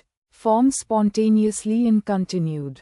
Reached pinnacle. Fulfillment taken place. I became thee, and thou, I. Now none can say that I am other than thee or that thou art other than me, in the vision too. Sri Babuji Maharaj, revealed by Sri Lalaji Maharaj. Practiced. Meditation on form, remembrance, continuous evolving absorption and adjusting the way of life. No God is there, other than He, and He is only the God. I am the only person to practice this. Started receiving the grace and transmission from Sri Lalaji Maharaj in absentia during his individual practice, during the sleep, dream state, visions and by visions, and also in deep absorbency state from different saint of different orders. It began soon after the first transmission by Sri Lalaji Maharaj given to him. Innumerable saints, different methods, different orders, continued continuously gracing him due to the kindness of Sri Lalaji Maharaj. Those saints are in body or not in body of the present times, of the past times, of the ancient times, continued till the time of Mahasamadhi of Sri Lalaji Maharaj and the transfer of mergency or becoming one with him taken place. On the morning of the 15th of August 1931, I found an utmost force or power both within and outside me, which my inner voice assured me had been bestowed by my master. My master had gone into the state of Mahasamadhi on the night of the 15th August 1931. But I had not known about it yet. This was the usual system of transfer of power, as recorded by Sri Babuji Maharaj in his autobiography. Saints of the past, yogis, prophets, rishis and founders of orders, mythological, epoch times personalities, representatives, benedictions, transmissions and grace showered upon along with their guidelines. 1. Sage Markandeya, ancient rishi. 2. Lord Hanuman, the epoch time of Ramayana. 3. Rishi Yajnavalkya. 4. Rishi Agastya. 5. Rishi Atriji. 6. Sushruta, of Vedic times. 7. Charaka. 8. Dhanvantari. 9. Lord Sri Krishnji Maharaj of Mahabharat epoch. 10. Rev. Mata Radhaji. 11. Bhishma the Great. 12. Krupacharya. 13. Bhagwan Buddha. 14. Lord Jesus Christ. 15. Prophet Muhammad. 16. Bhagavad Shri Adi Shankaracharya. 17. Chaitanya Mahaprabhu. 18. Rev. Mirabai. 19. Guru Nanak Ji. 20. Sant Kabir. 21. Sri Ram Krishna Paramahamsa. 22. Swami Vivekanand Ji. 23. Angel Gabriel. From the times of Abraham. 24. Sage of Celoni. And innumerable saints whose names were not revealed, not known, also graced him, transmitted to him and transferred their power and their grace and shared their secrets. Babuji Sahib, he spread the sheet of Brahman He revealed and unveiled the state of supra-cosmic center. He demarcated precisely the minor and major states and spheres of the state of Brahman. He marked the center.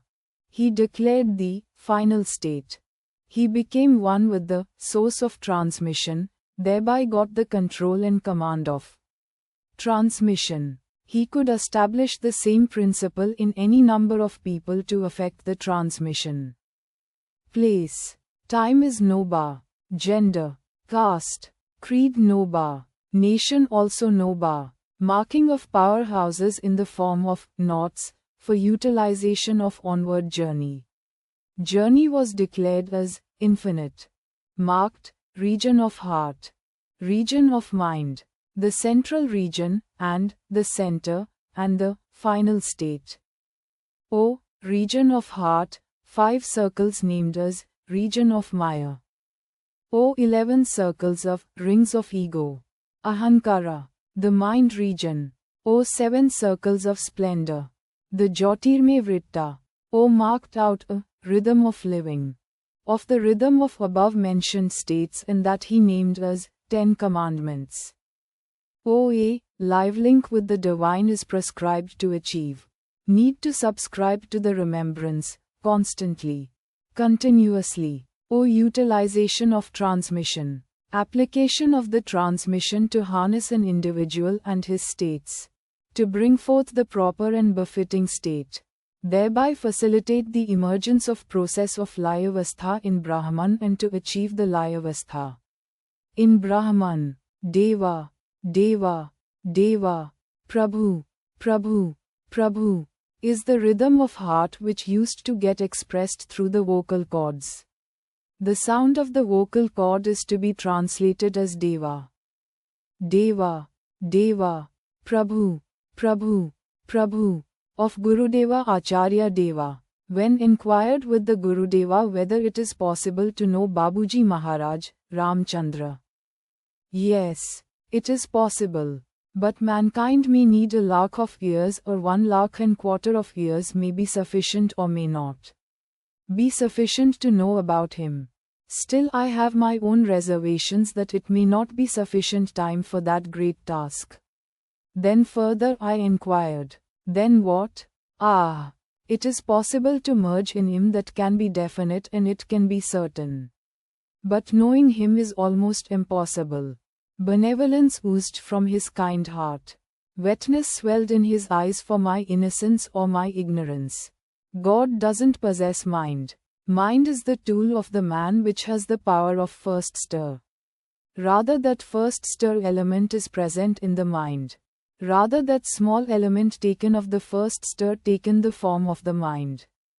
God's intellect is Samarth Guru. The first stir, the intellect, the God, Almighty and the ultimate in human form is Ramchandra. The I is nothing but He alone, and the He is nothing but the God Almighty, and the God Almighty is nothing but the ultimate. The ultimate in human form is Ramchandra, and Ramchandra says, Main insan hoon, I am human. In form worship of the ultimate is merging in him, for which a proper and fittest offering is the heart to him. Merge in his heart by way of offering my heart, is the worship. Region of heart, region of mind, central region, the center 23 spheres plus the center. 5 spheres of Maya, 11 spheres of ego, 13 spheres of splendor, region of center and center plus 07 knots plus final state equals the ultimate. This is the nearest explanation, which can be moved by the wink of his eye. Sair kar liya, sair pura hui, लौट गए अपनी मकान को. अस दिन ने लिखा गया, इस धरती वालों ने तारीख और तिथि के साथ ईस्वी भी जोड़ दिया गया. कहने लगे भैया हूँ तारीख है 19 अप्रैल 1963 19th of April 1983. Raghavendra Rao, Acharya Deva Gurudeva. Seamless living. A perfect model of correlation and balance was visible throughout his physical living with that life called life divine. The seamless finish he gave while living in this physical world with that of divine alloy to these mundane affairs. It is only pure divine which is conducting in all affairs of him, including his physical movements, which were guided by the divine. Nay, that very divine was moving. How did that happen? The revered one submitted to his master in toto, and the great master absorbed him in toto too, and that very great master lived thereafter. It is a great event which never happened in the annals of mankind, where the great master wanted to make masters, not disciples. That happened now. Master made his pupil as master in the very first instance of meeting, but pupil having got a masterhood remained as pupil till his last breath.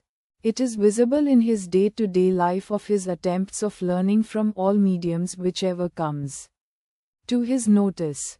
The way he used to see, the way he used to read, the way he used to listen, the way he used to analyze, the way he used to participate in discussions, the way he used to interpret, the way he used to analyze problems, issues, matters pertaining to this world and of that world, or any subject like poetry, science, law, politics and administration, national, international, health, psychology, aesthetics, household chores, mythology, religion, geography, interpretation of all religious texts in the light of his master, spiritual analogy, interpretation of spiritual experiences, and matters pertaining to realization and thereafter.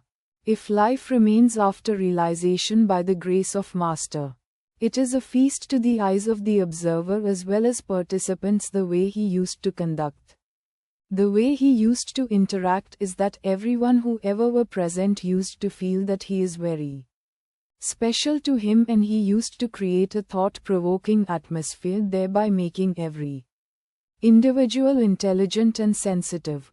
In his company the divine light pervaded all existence. Logic, reasoning, systematic and orderly thinking are his tools. Down-to-earth approach, plain, simple, honest and sincere are his attitudes towards one and all. He is the epitome of manners, etiquettes, respect, compassionate in all walks of life. The social etiquettes, the social manners of him made him a darling of everyone. For the newborn to aged as well as dying ones he had individual approach in perfect form, acceptable to one and all over the world and worlds above. The time sense which he exhibited appears to be that of master of time, and it gives conclusion that he is setting the clock of time. This was evident in his physical body movements as punctuality. Punctuality is the result of time sense. His needs are nil.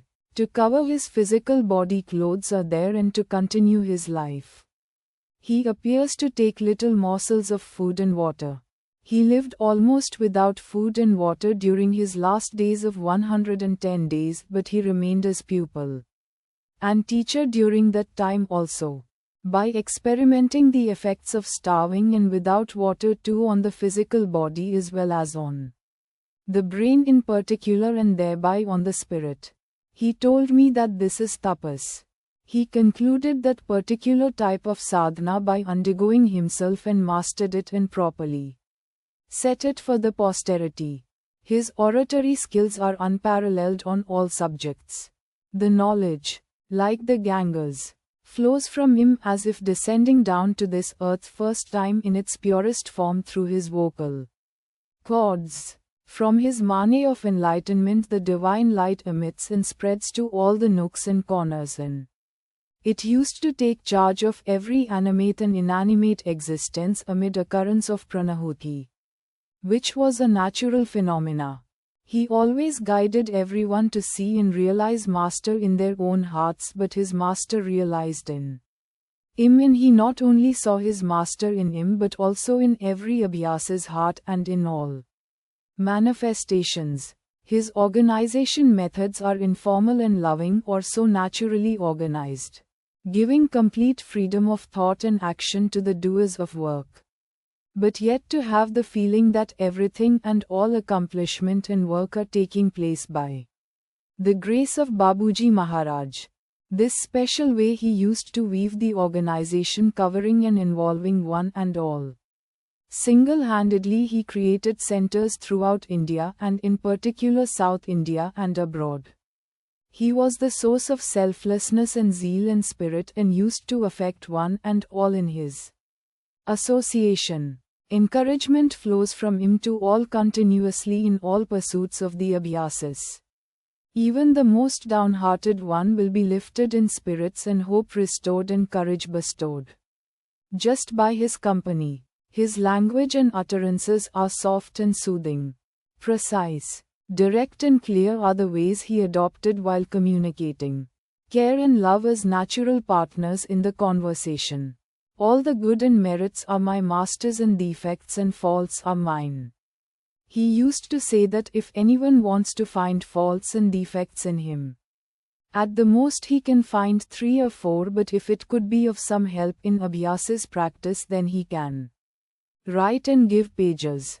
See how he guides everyone's attention and faculty only for the purpose for which the abhyasi came in, and reminding one and all that the time and thought power and process are precious and to use them carefully and achieve the goal of life at the earliest. How much is the importance to practice and goal of life to be given? This is the question put to Shri Babuji Maharaj. The answer from him is, as if you are going to die in the next minute, by remaining at the holy feet of Param Pujya Shri Babuji Maharaj. Our revered one declared by his living that to be at the holy feet of Shri Babuji Maharaj is the only place for one and all. Call of the beloved was issued forth. The making of lover is in making began and manifested and birth taken place on the 19th of March 1925. Named as Raghavendra. Met the beloved. Beloved realized the lover and the lover get to know that he is the lover and he is the beloved. And it began as love at first sight on the 22nd of October 1955 Shahjahanpur, the first meet. The saga of love unveilment recorded as a declaration of perfect union, Layavastha in Brahman. In the year 24th February 1969. This unveilment was recorded as a spiritual unveilment. Union dissolved. Dissolution occurred. Physical mortals consigned to the flames. Visit of the lover to be with his beloved on this planet Earth got concluded on the 10th of April 2006. My Acharya Deva Mahatma Samartha Sadguru. Parma Pujya Shri Raghavendra Rao Sahib. Love at first sight, the process of I, becoming, he, completed. Emerged he alone. That he is Ramchandra. That is the transformation happened. Occurred at the very first meeting of Raghavendra with Ramchandra. Soon after, the correspondence began with Ramchandra. Shri Babuji Maharaj. A firm link was established. The state of love, lover and beloved was emerged fully.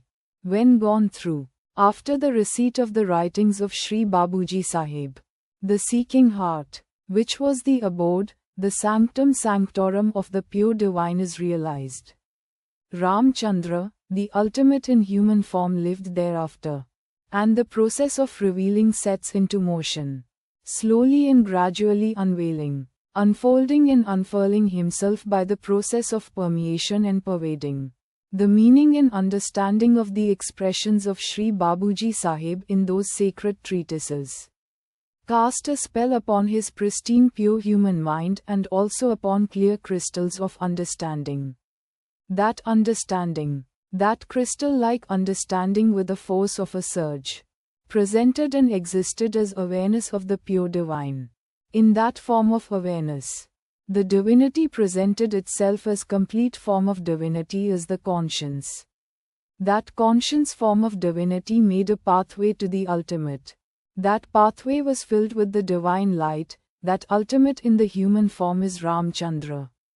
That process of revealing with the unveiling, enfoldment and unfurlment of Ramchandra during the so-called period of practice was noted by Shri Babuji Sahib himself in the correspondence by mentioning every unveiling, enfoldments and unfurlments by time, date and year, up to the beginning of the state of Layavastha in Brahman. He was granted the full preceptorship permission to transmit the transmission, the pranasya, prana, with the complete control and total command upon the transmission, in entirety, being given to him, and he is the master of that. The spirit remains. Divinity continues. Divine, the source. The divine light is the cause. The ultimate is the basis. Hence, Raghavendra became the conscience, pranya, to lead, to train, to shape, to make an individual seeker as proper and befitting.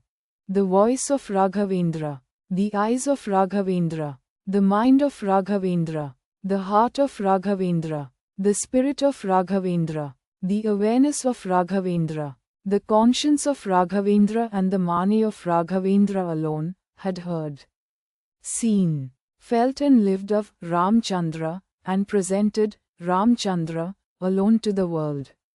Make the practice your own. Make him your own, and let him make you his own. The process of revealing of Layavastha in Brahman in Mahatma Samartha Sadguru Paramapujya Shri Raghavendra Rao Sahib, culled from the letters written by the Lord Shri Ramchandra, Shri Babuji Sahib, to Shri Raghavendra Rao Sahib. 1. Letter dated the 3rd of March 1955. In this first letter, Shri Babuji Maharaj had tendered his help to Shri Raghavendra Rao Sahib in his spiritual practice. 2. Letter dated the 12th of October 1955. Shri Raghavendra Rao Sahib started practice of meditation. 3.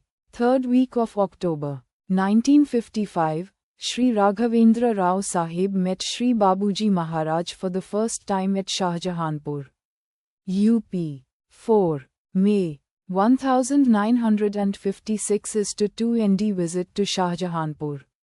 Shri Raghavendra Rao Sahib was authorized to work as preceptor.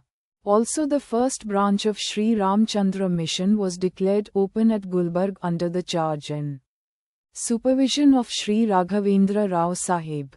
5. Letter dated the 27th of June 1956. I have completed your journey of all the points of Pindesh. Now your place of journey is Brahmana Mandala. 6. Letter dated the 28th of January 1957. By the grace of God, your journey of Brahmana Mandala is over by more than half. 7. Letter dated the 28th of July 1957. It is a very happy thing to note that you are feeling the condition of subtler state. It is the characteristic of Para Brahmana Mandala. 8. Letter dated the 13th of March 1958. A happy news for you is that you have crossed a region which I have named as Mobid in Persian and have come to the region Ibd ul Mobid. 54. 9. Letter dated the 10th of April 1959. With cautious restraint I write that you have advanced ahead of Ramana Maharshi. 10. Letter dated the 25th of May 1959. Revered Master says that you were at the point G, and by the time this letter reaches you, you would have come to the point H. Shri Ishwar Sahaj's letter. 11. Letter dated the 2nd of June 1959. I am taking up your points and shall make haste. My wish is to take you up to Central Region by the time you come here for the Utsav. 12. Letter dated the 9th of February 1960. When I transmitted to you here I had a slight idea of you entering Central Region. And on the night of 5th you have actually entered, breaking aside all the stages. This was really your ability and I congratulate for it. 13. Letter dated the 18th of July 1961. You are trying to enter the first ring of splendor. 14. Letter dated the 9th of August 1961. By Lord's grace I took you to the first ring of splendor on the 6th of August at 11:30 p.m. 15. Letter dated the 14th of January 1962. I am very happy that by the blessings of the Master, you entered the second ring on the 1st of January 1962 at 11 to 12 p.m. Your inner ring being was preparing to enter the second ring. Congratulations. 16. Letter dated the 10th of October 1963. Now, I congratulate you on your stepping in the fourth ring of Central Region on the 13th of September 1963 at 4:58 p.m. Now you do not need any meditation or any type of puja. 17. Letter dated the 25th of September 1968. Your present condition is that, the vision absolute, which is called the condition of wasal, means union, in the Sufi terminology. 18. Letter dated the 24th of February 1969. First of all, I congratulate you for the fact that your Layavastha in Brahman, absorbency in Brahman, has commenced on the 11th of February 1969 at 8:25 am. All this is due to the grace of revered Lalaji Sahib. Otherwise a saint of such caliber is found once in hundreds of years. The transmission, the soul. Pranasya Prana. Mahatma when unveiled the method of practice. A Raja Yoga method of practice. Comprises of meditation, cleaning, bedtime prayer, and constant remembrance of divine or having and experiencing the prajna of divine during a wakeful state of living, with the aid of pranahuti. Pransya Pranha, referred as transmission, to remove the oppression from oppressed, to assist those sincere seekers on the path of self-realization, God-realization, within this very lifetime or within the short span of time, and to spread Brahma Vidya, as the mission of him and objective of him and goal of him. The Mahatma stressed and expressed that this method uniqueness is the transmission and the Master. The Master, who mastered the methods of the ultimate and enacted the ultimate and emerged the divine, and initiated the process of the divine enactment, a process adopted by the ultimate to manifest the divine, is of the transmission. Pranasya Pranha, the enactment of the ultimate, the process was manifested by the Supreme. When the separation occurred, just happened, from the base of the center this process manifested an event taken place. And thereafter a process was set into motion for the manifestation of creation and maintenance in continuity till the final annihilation or pralay, which is emerged naturally, in order to undertake the responsibility of that, the transmission for the upkeeping of the process of creation.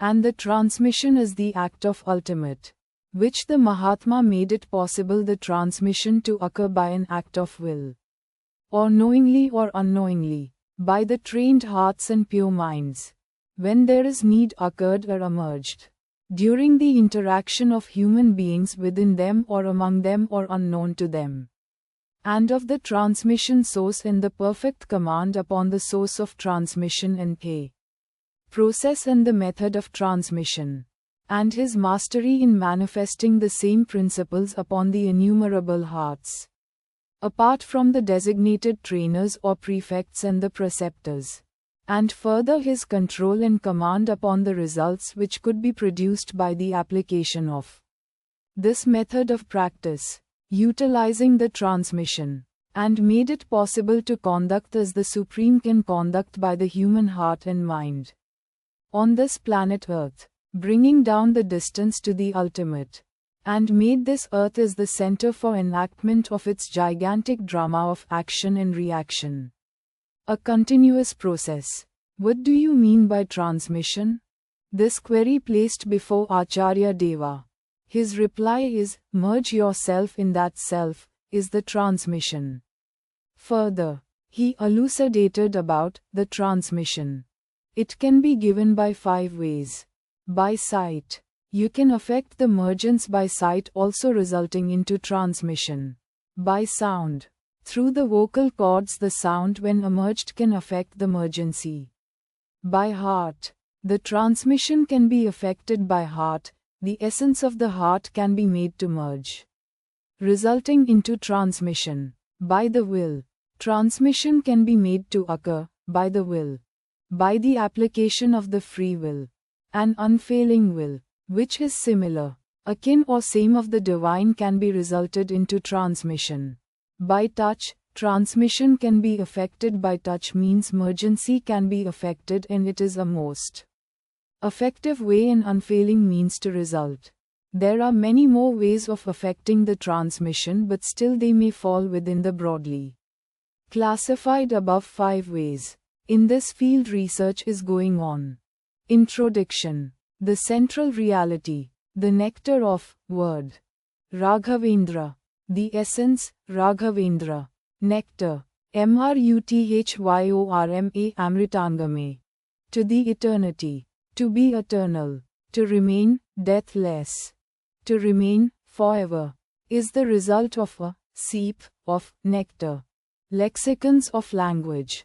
Mediums of expressions. Ways of presentations. Meanings of those expressions. Expressions of understandings. Or use of languages to express. In any form is that alone which is the basic substance, and that substance is the nectar. That nectar is the word of Raghavendra, and essence is the essence of Raghavendra. It is the nectar. It is the essence, and that is Raghavendra, which is the substance, and it is the only thing that came to my lot, and I have nothing more, nothing less, and only thing that is there is Nama of Raghavendra, and that is from which everything is born, from which everything is sustained, of which everything becomes. That very Nama converts itself as Namamrita, and that very Nama transforms as Namasaramruta, whether it is the form of meditation, cleaning, prayer, affirmations, explanations, understanding, comprehension, or any other forms of expressions or practices are born out of the word of Raghavendra only. And it is the essence. Purnamada Purnamidam Purnit Purnamudachyet. Purnashya Purnamadaya Purnamevavashishyet.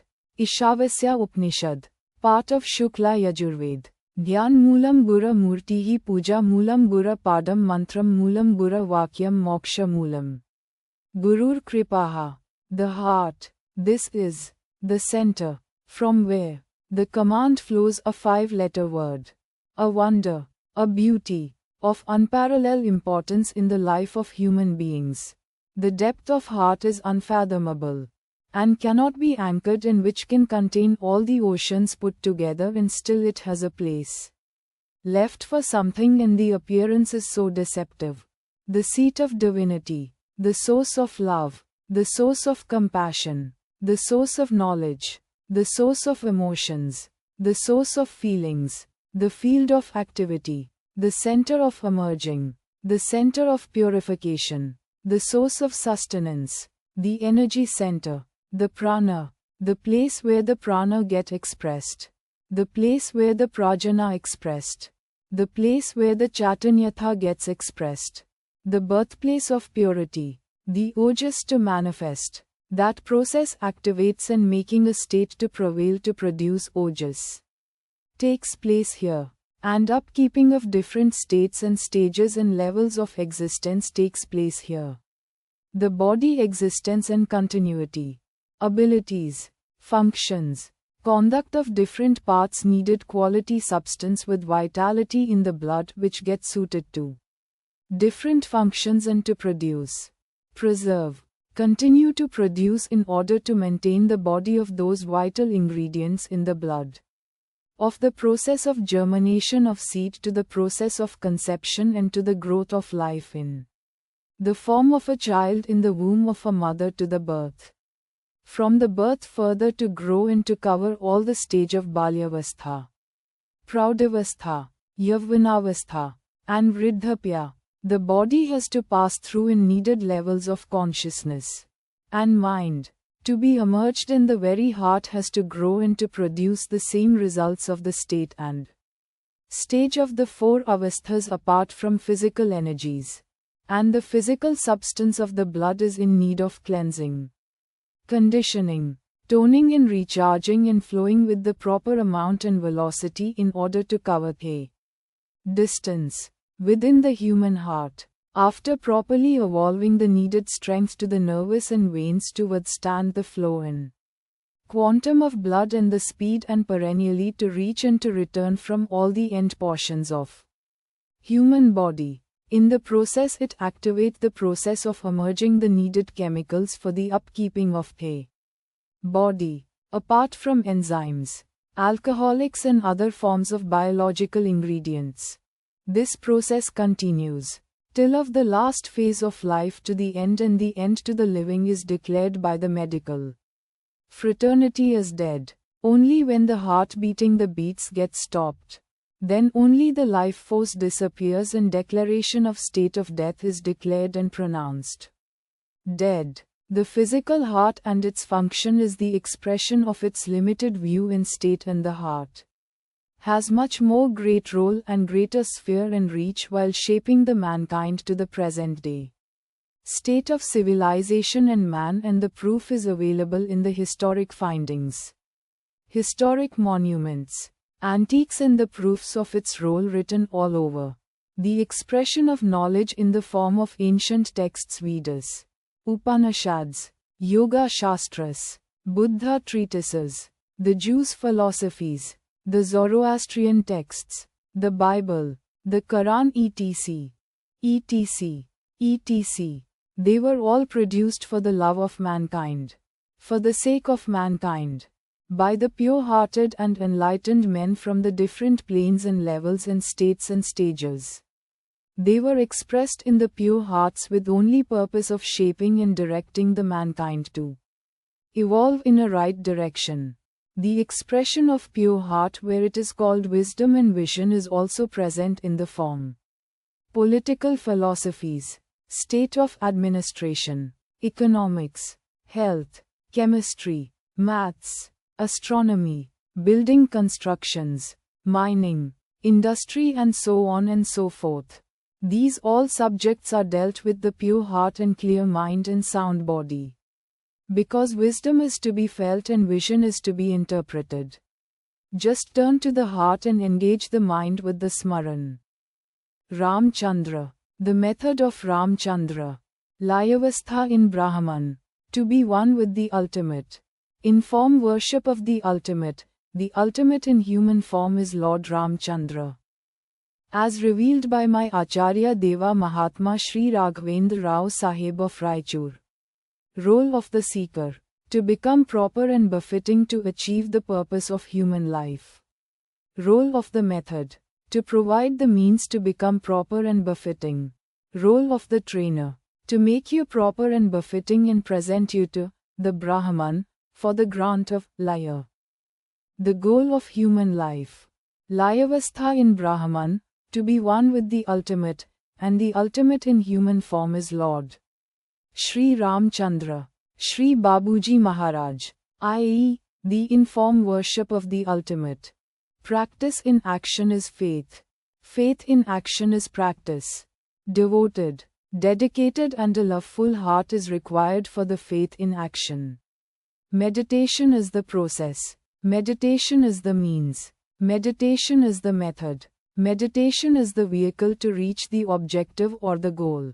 Note: before every individual meditation session of yours, please read the guidelines, affirmations, the prayer and the comprehension. Without fail, though memorized and by-hearted, still read it carefully, understand diligently and thereafter adopt and practice. For the detailed meanings and comprehension, please refer to the explanations. Practice of meditation. Directives to abide. 1. Be at ease. Be comfortable. Be natural. And close your eyes. Sit in an easy posture in an airy place with proper light. Then, just turn to the heart, gently. The heart means where you feel lub-dub. 2. Meditation.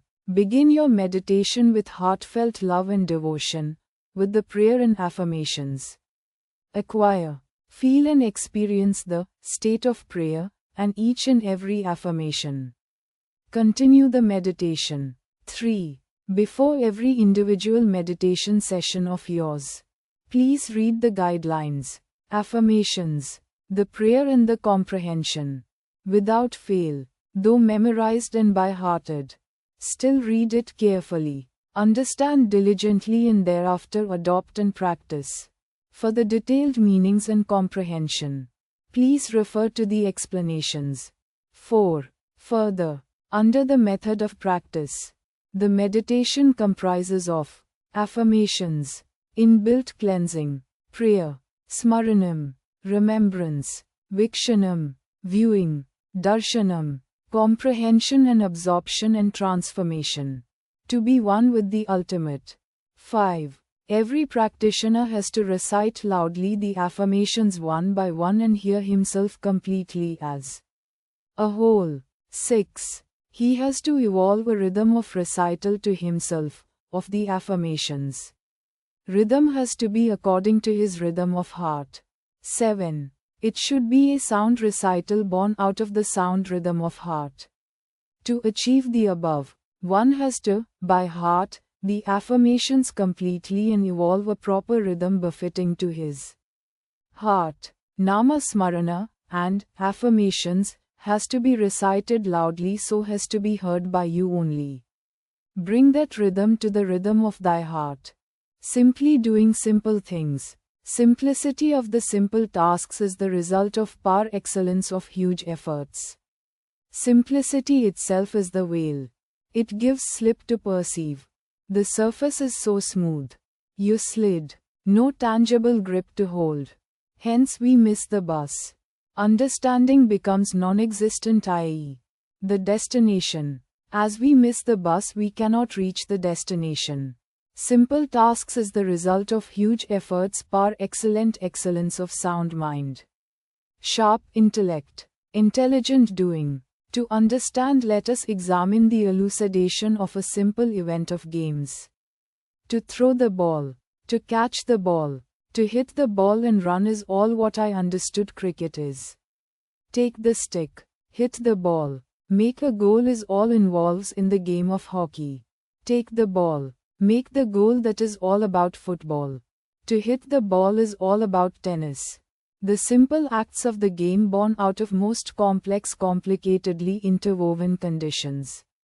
So simplicity or simpleness is always a smooth tip of the iceberg only. Everybody without exception can do the above tasks. They can catch the ball. They can throw the ball. They can hit the ball. And they can run. They can hold the stick. They can make a goal. They are all simple tasks. All are capable of doing. But if you ask them to do in a specific way under the situation of the circumstances, only few can do that. Why? To do in a specific way is all about.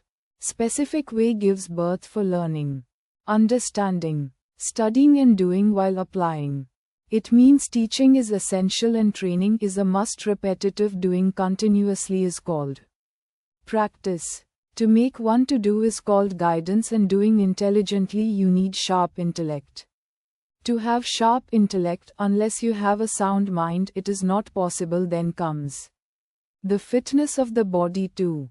All put together with a dedication and devotion with the sportive spirit. If you play the game in, it is possible to achieve the par excellence resulting into simplicity while doing the simple tasks.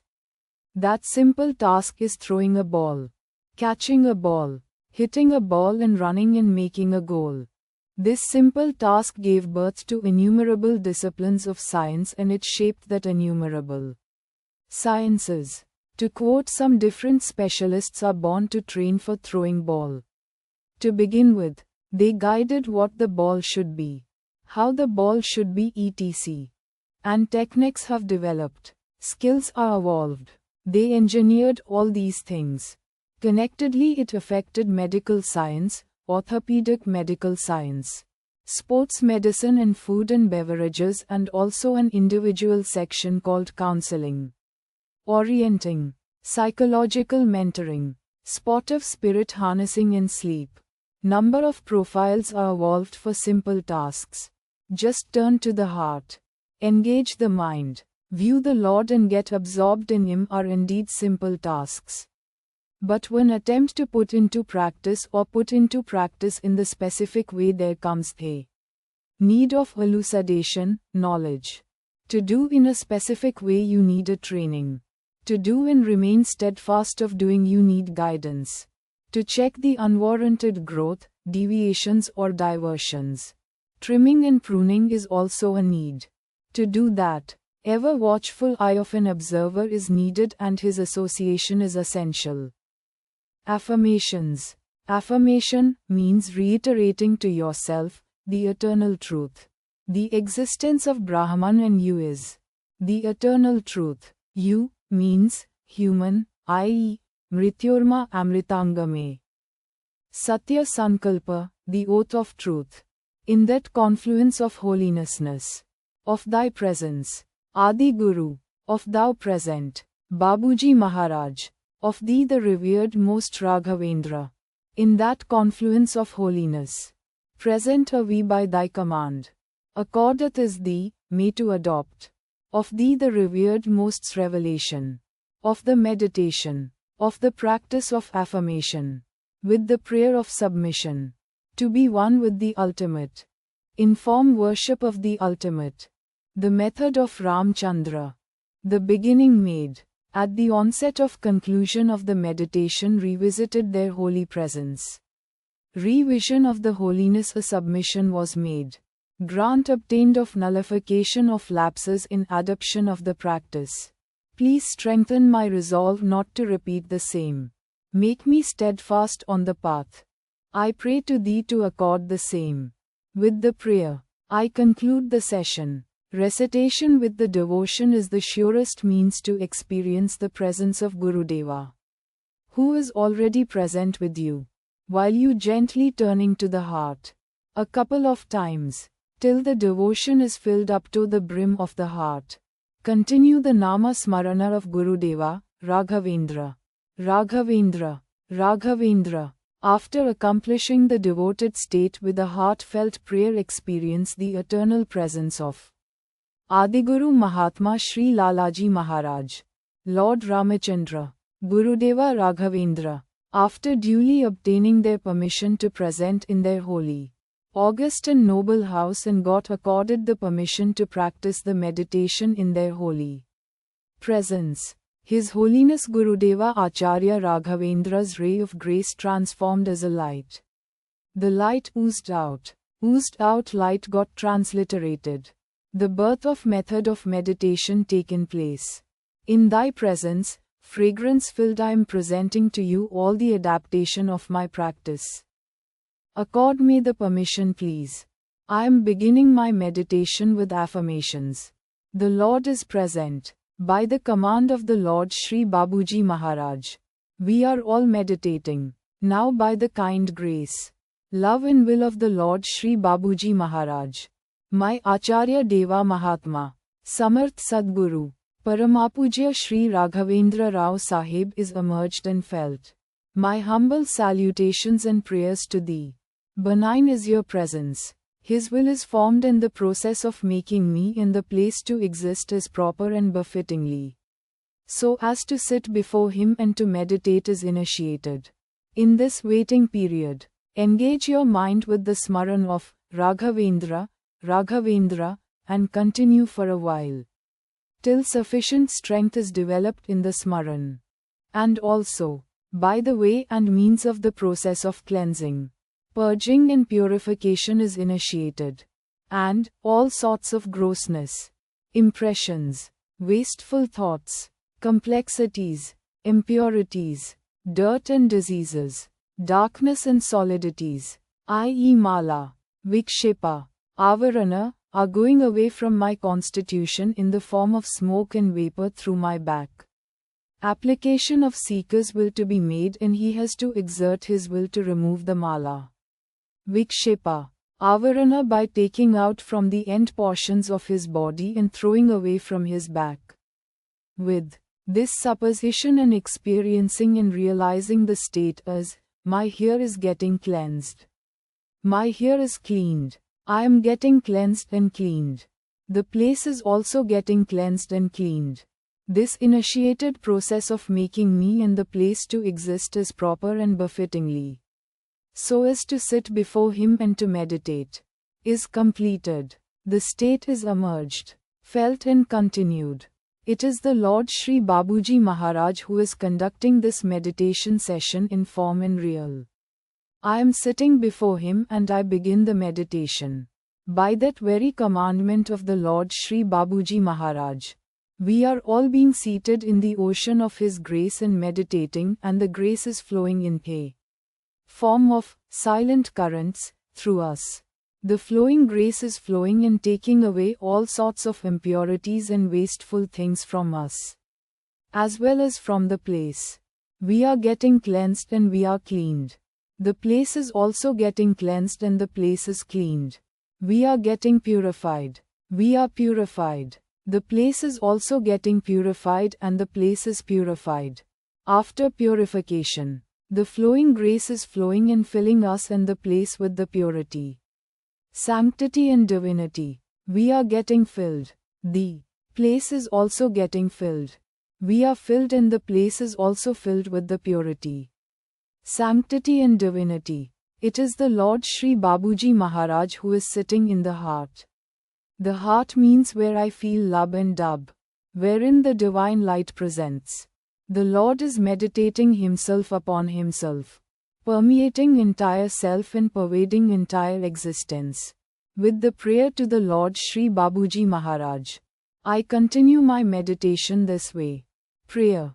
O Lord, Thou art the only the existence.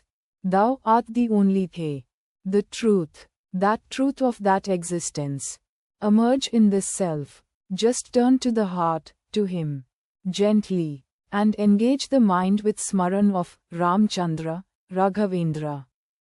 While viewing the Lord sitting in the heart, meditating himself upon himself, continuously, get absorbed in him. The objective of meditation is the Lord Shri Babuji Maharaj. The comprehension. To say now, it is the Lord Shri Babuji Maharaj only is meditating himself upon himself. The Lord is existing. The Lord is conducting. The Lord is living. With submission. Conclusion of this meditation session. Having received the grant of meditation with a gratitude, gratefulness-filled heart, I reach again to the holiness, holy presence. I reiterate to myself their presence and I humbly submit my completion of adaptation and meditation. Therefore I seek their kind attention for my adaptation of affirmations and doing the meditation of the omissions and commissions and requesting their corrections accordingly.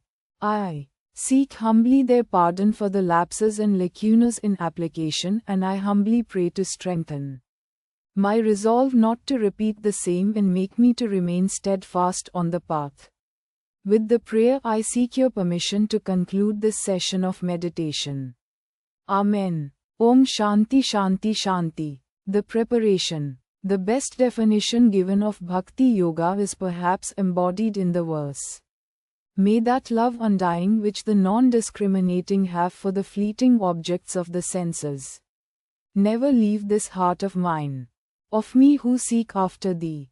We see what a strong love men, who do not know any better, have for sense objects, for money, dress, their wives, children, friends, and possessions. What a tremendous clinging they have to all these things. So in the above prayer the sage says, I will have that attachment, that tremendous clinging, only to thee. This love, when given to God, is called bhakti. Bhakti is not destructive. It teaches us that no one of the faculties we have has been given in vain. that through them is the natural way to come to liberation. Bhakti does not kill out our tendencies. It does not go against nature, but only gives it a higher and more powerful direction. How naturally we love objects of the senses. We cannot but do so, because they are so real to us. We do not ordinarily see anything real about higher things. But when a man has seen something real beyond the senses, beyond the universe of senses, the idea is that he can have a strong attachment. Only it should be transferred to the object beyond the senses, which is God. And when the same kind of love that has before been given to sense objects is given to God, it is called bhakti, according to the sage Ramanuja. The following are the preparations for getting that intense love. The first is viveka. It is a very curious thing. Especially to people of the West it means, according to Ramanuja, discrimination of food. Food contains all the energies that go to make up the forces of our body and mind. It has been transferred, and conserved, and given new directions in my body. But my body and mind have nothing essentially different from the food that I ate.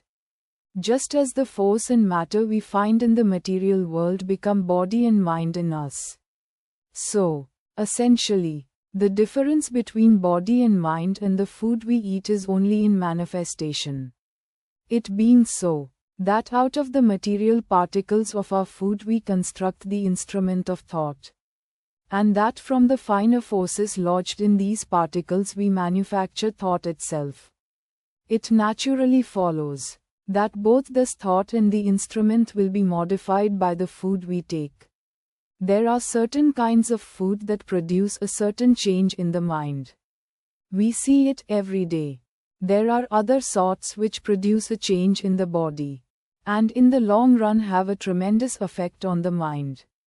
It is a great thing to learn.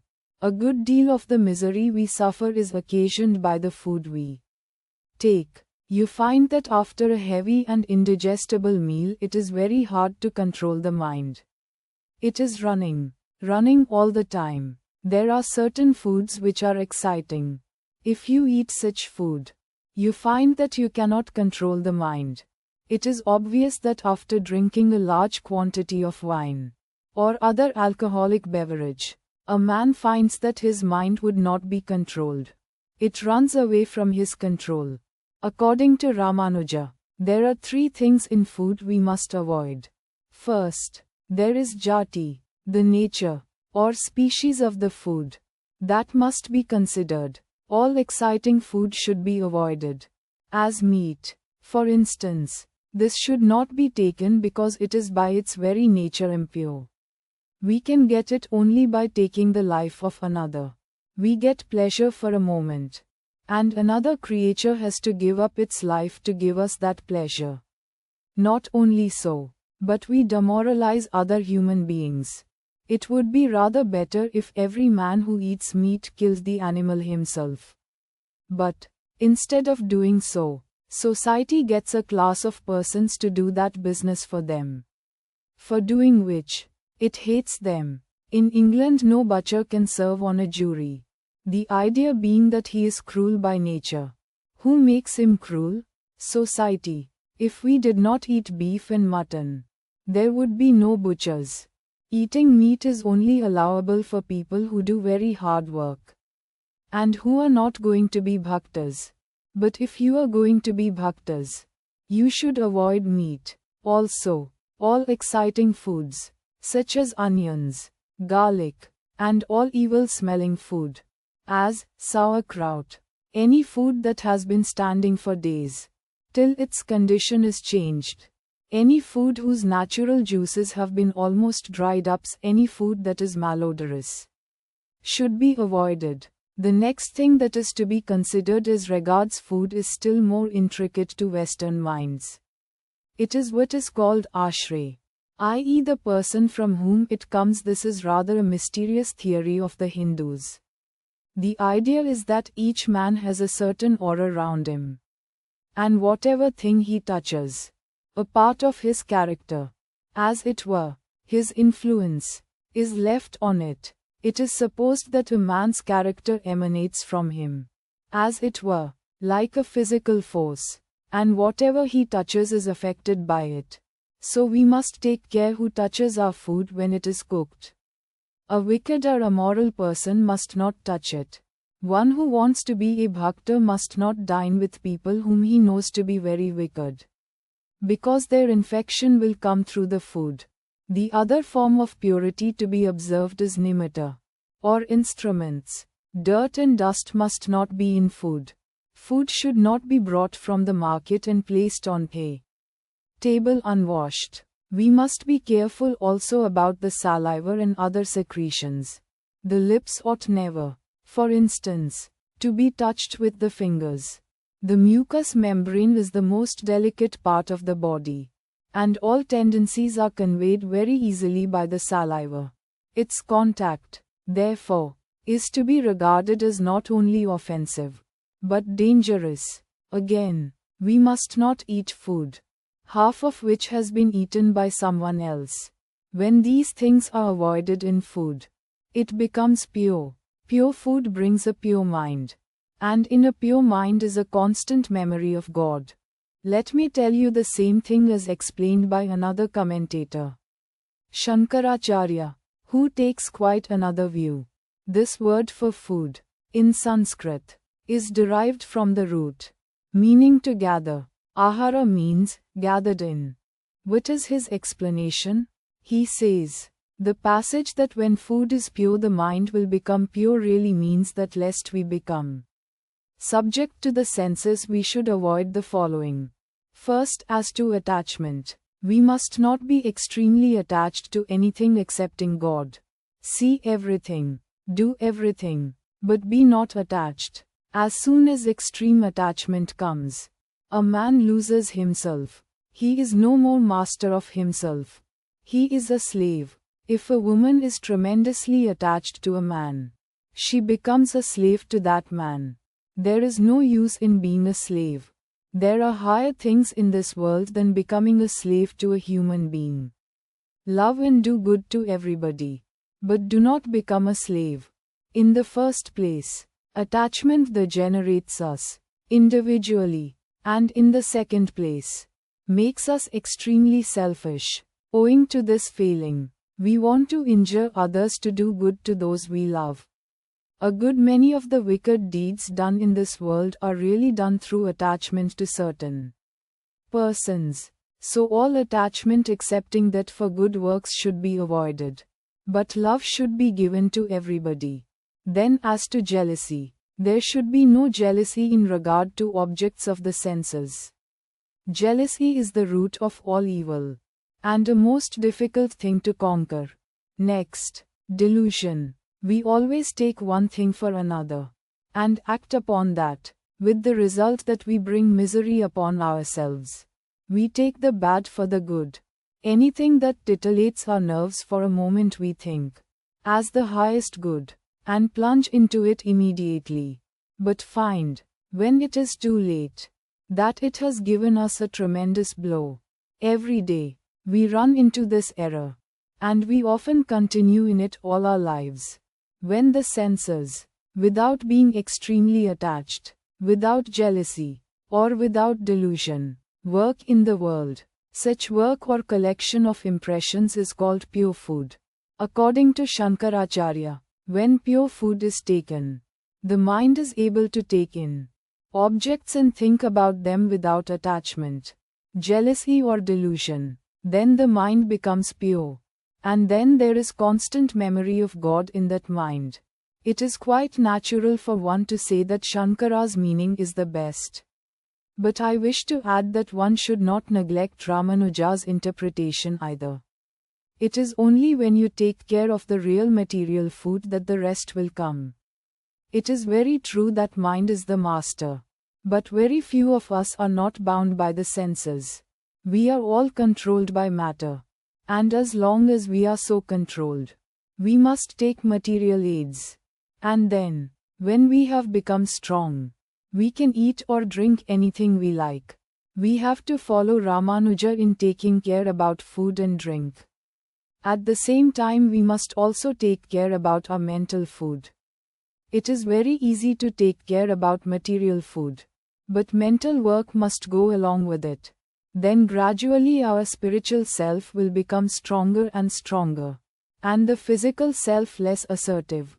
Then will food hurt you no more. The great danger is that every man wants to jump at the highest ideal. But jumping is not the way. That ends only in a fall. We are bound down here, and we have to break our chains slowly. This is called Viveka, discrimination. Swamiji laid great importance for the preparation. The preparation of one's self before he undertakes the great endeavor of becoming one with the ultimate by adopting the suitable means and necessary ways and needed preparations. In that line, in his deep thinking, he deduced in his thought the importance of shaping and making. To begin with the physical needs, the food, the thoughts, the mind, the psyche and the spirit, as well as the desires, and he guides us to develop a cautious approach to our senses, attachments and clinging for the pleasures in order to evolve the purity into remain pure with the external aids help or material aids help. Then we become strong and remain steadfast upon the path. To evolve a firm resolve and to have it on hand, and then to begin or pursue the means to achieve the goal is a rightful way of doing things. Swamiji opined.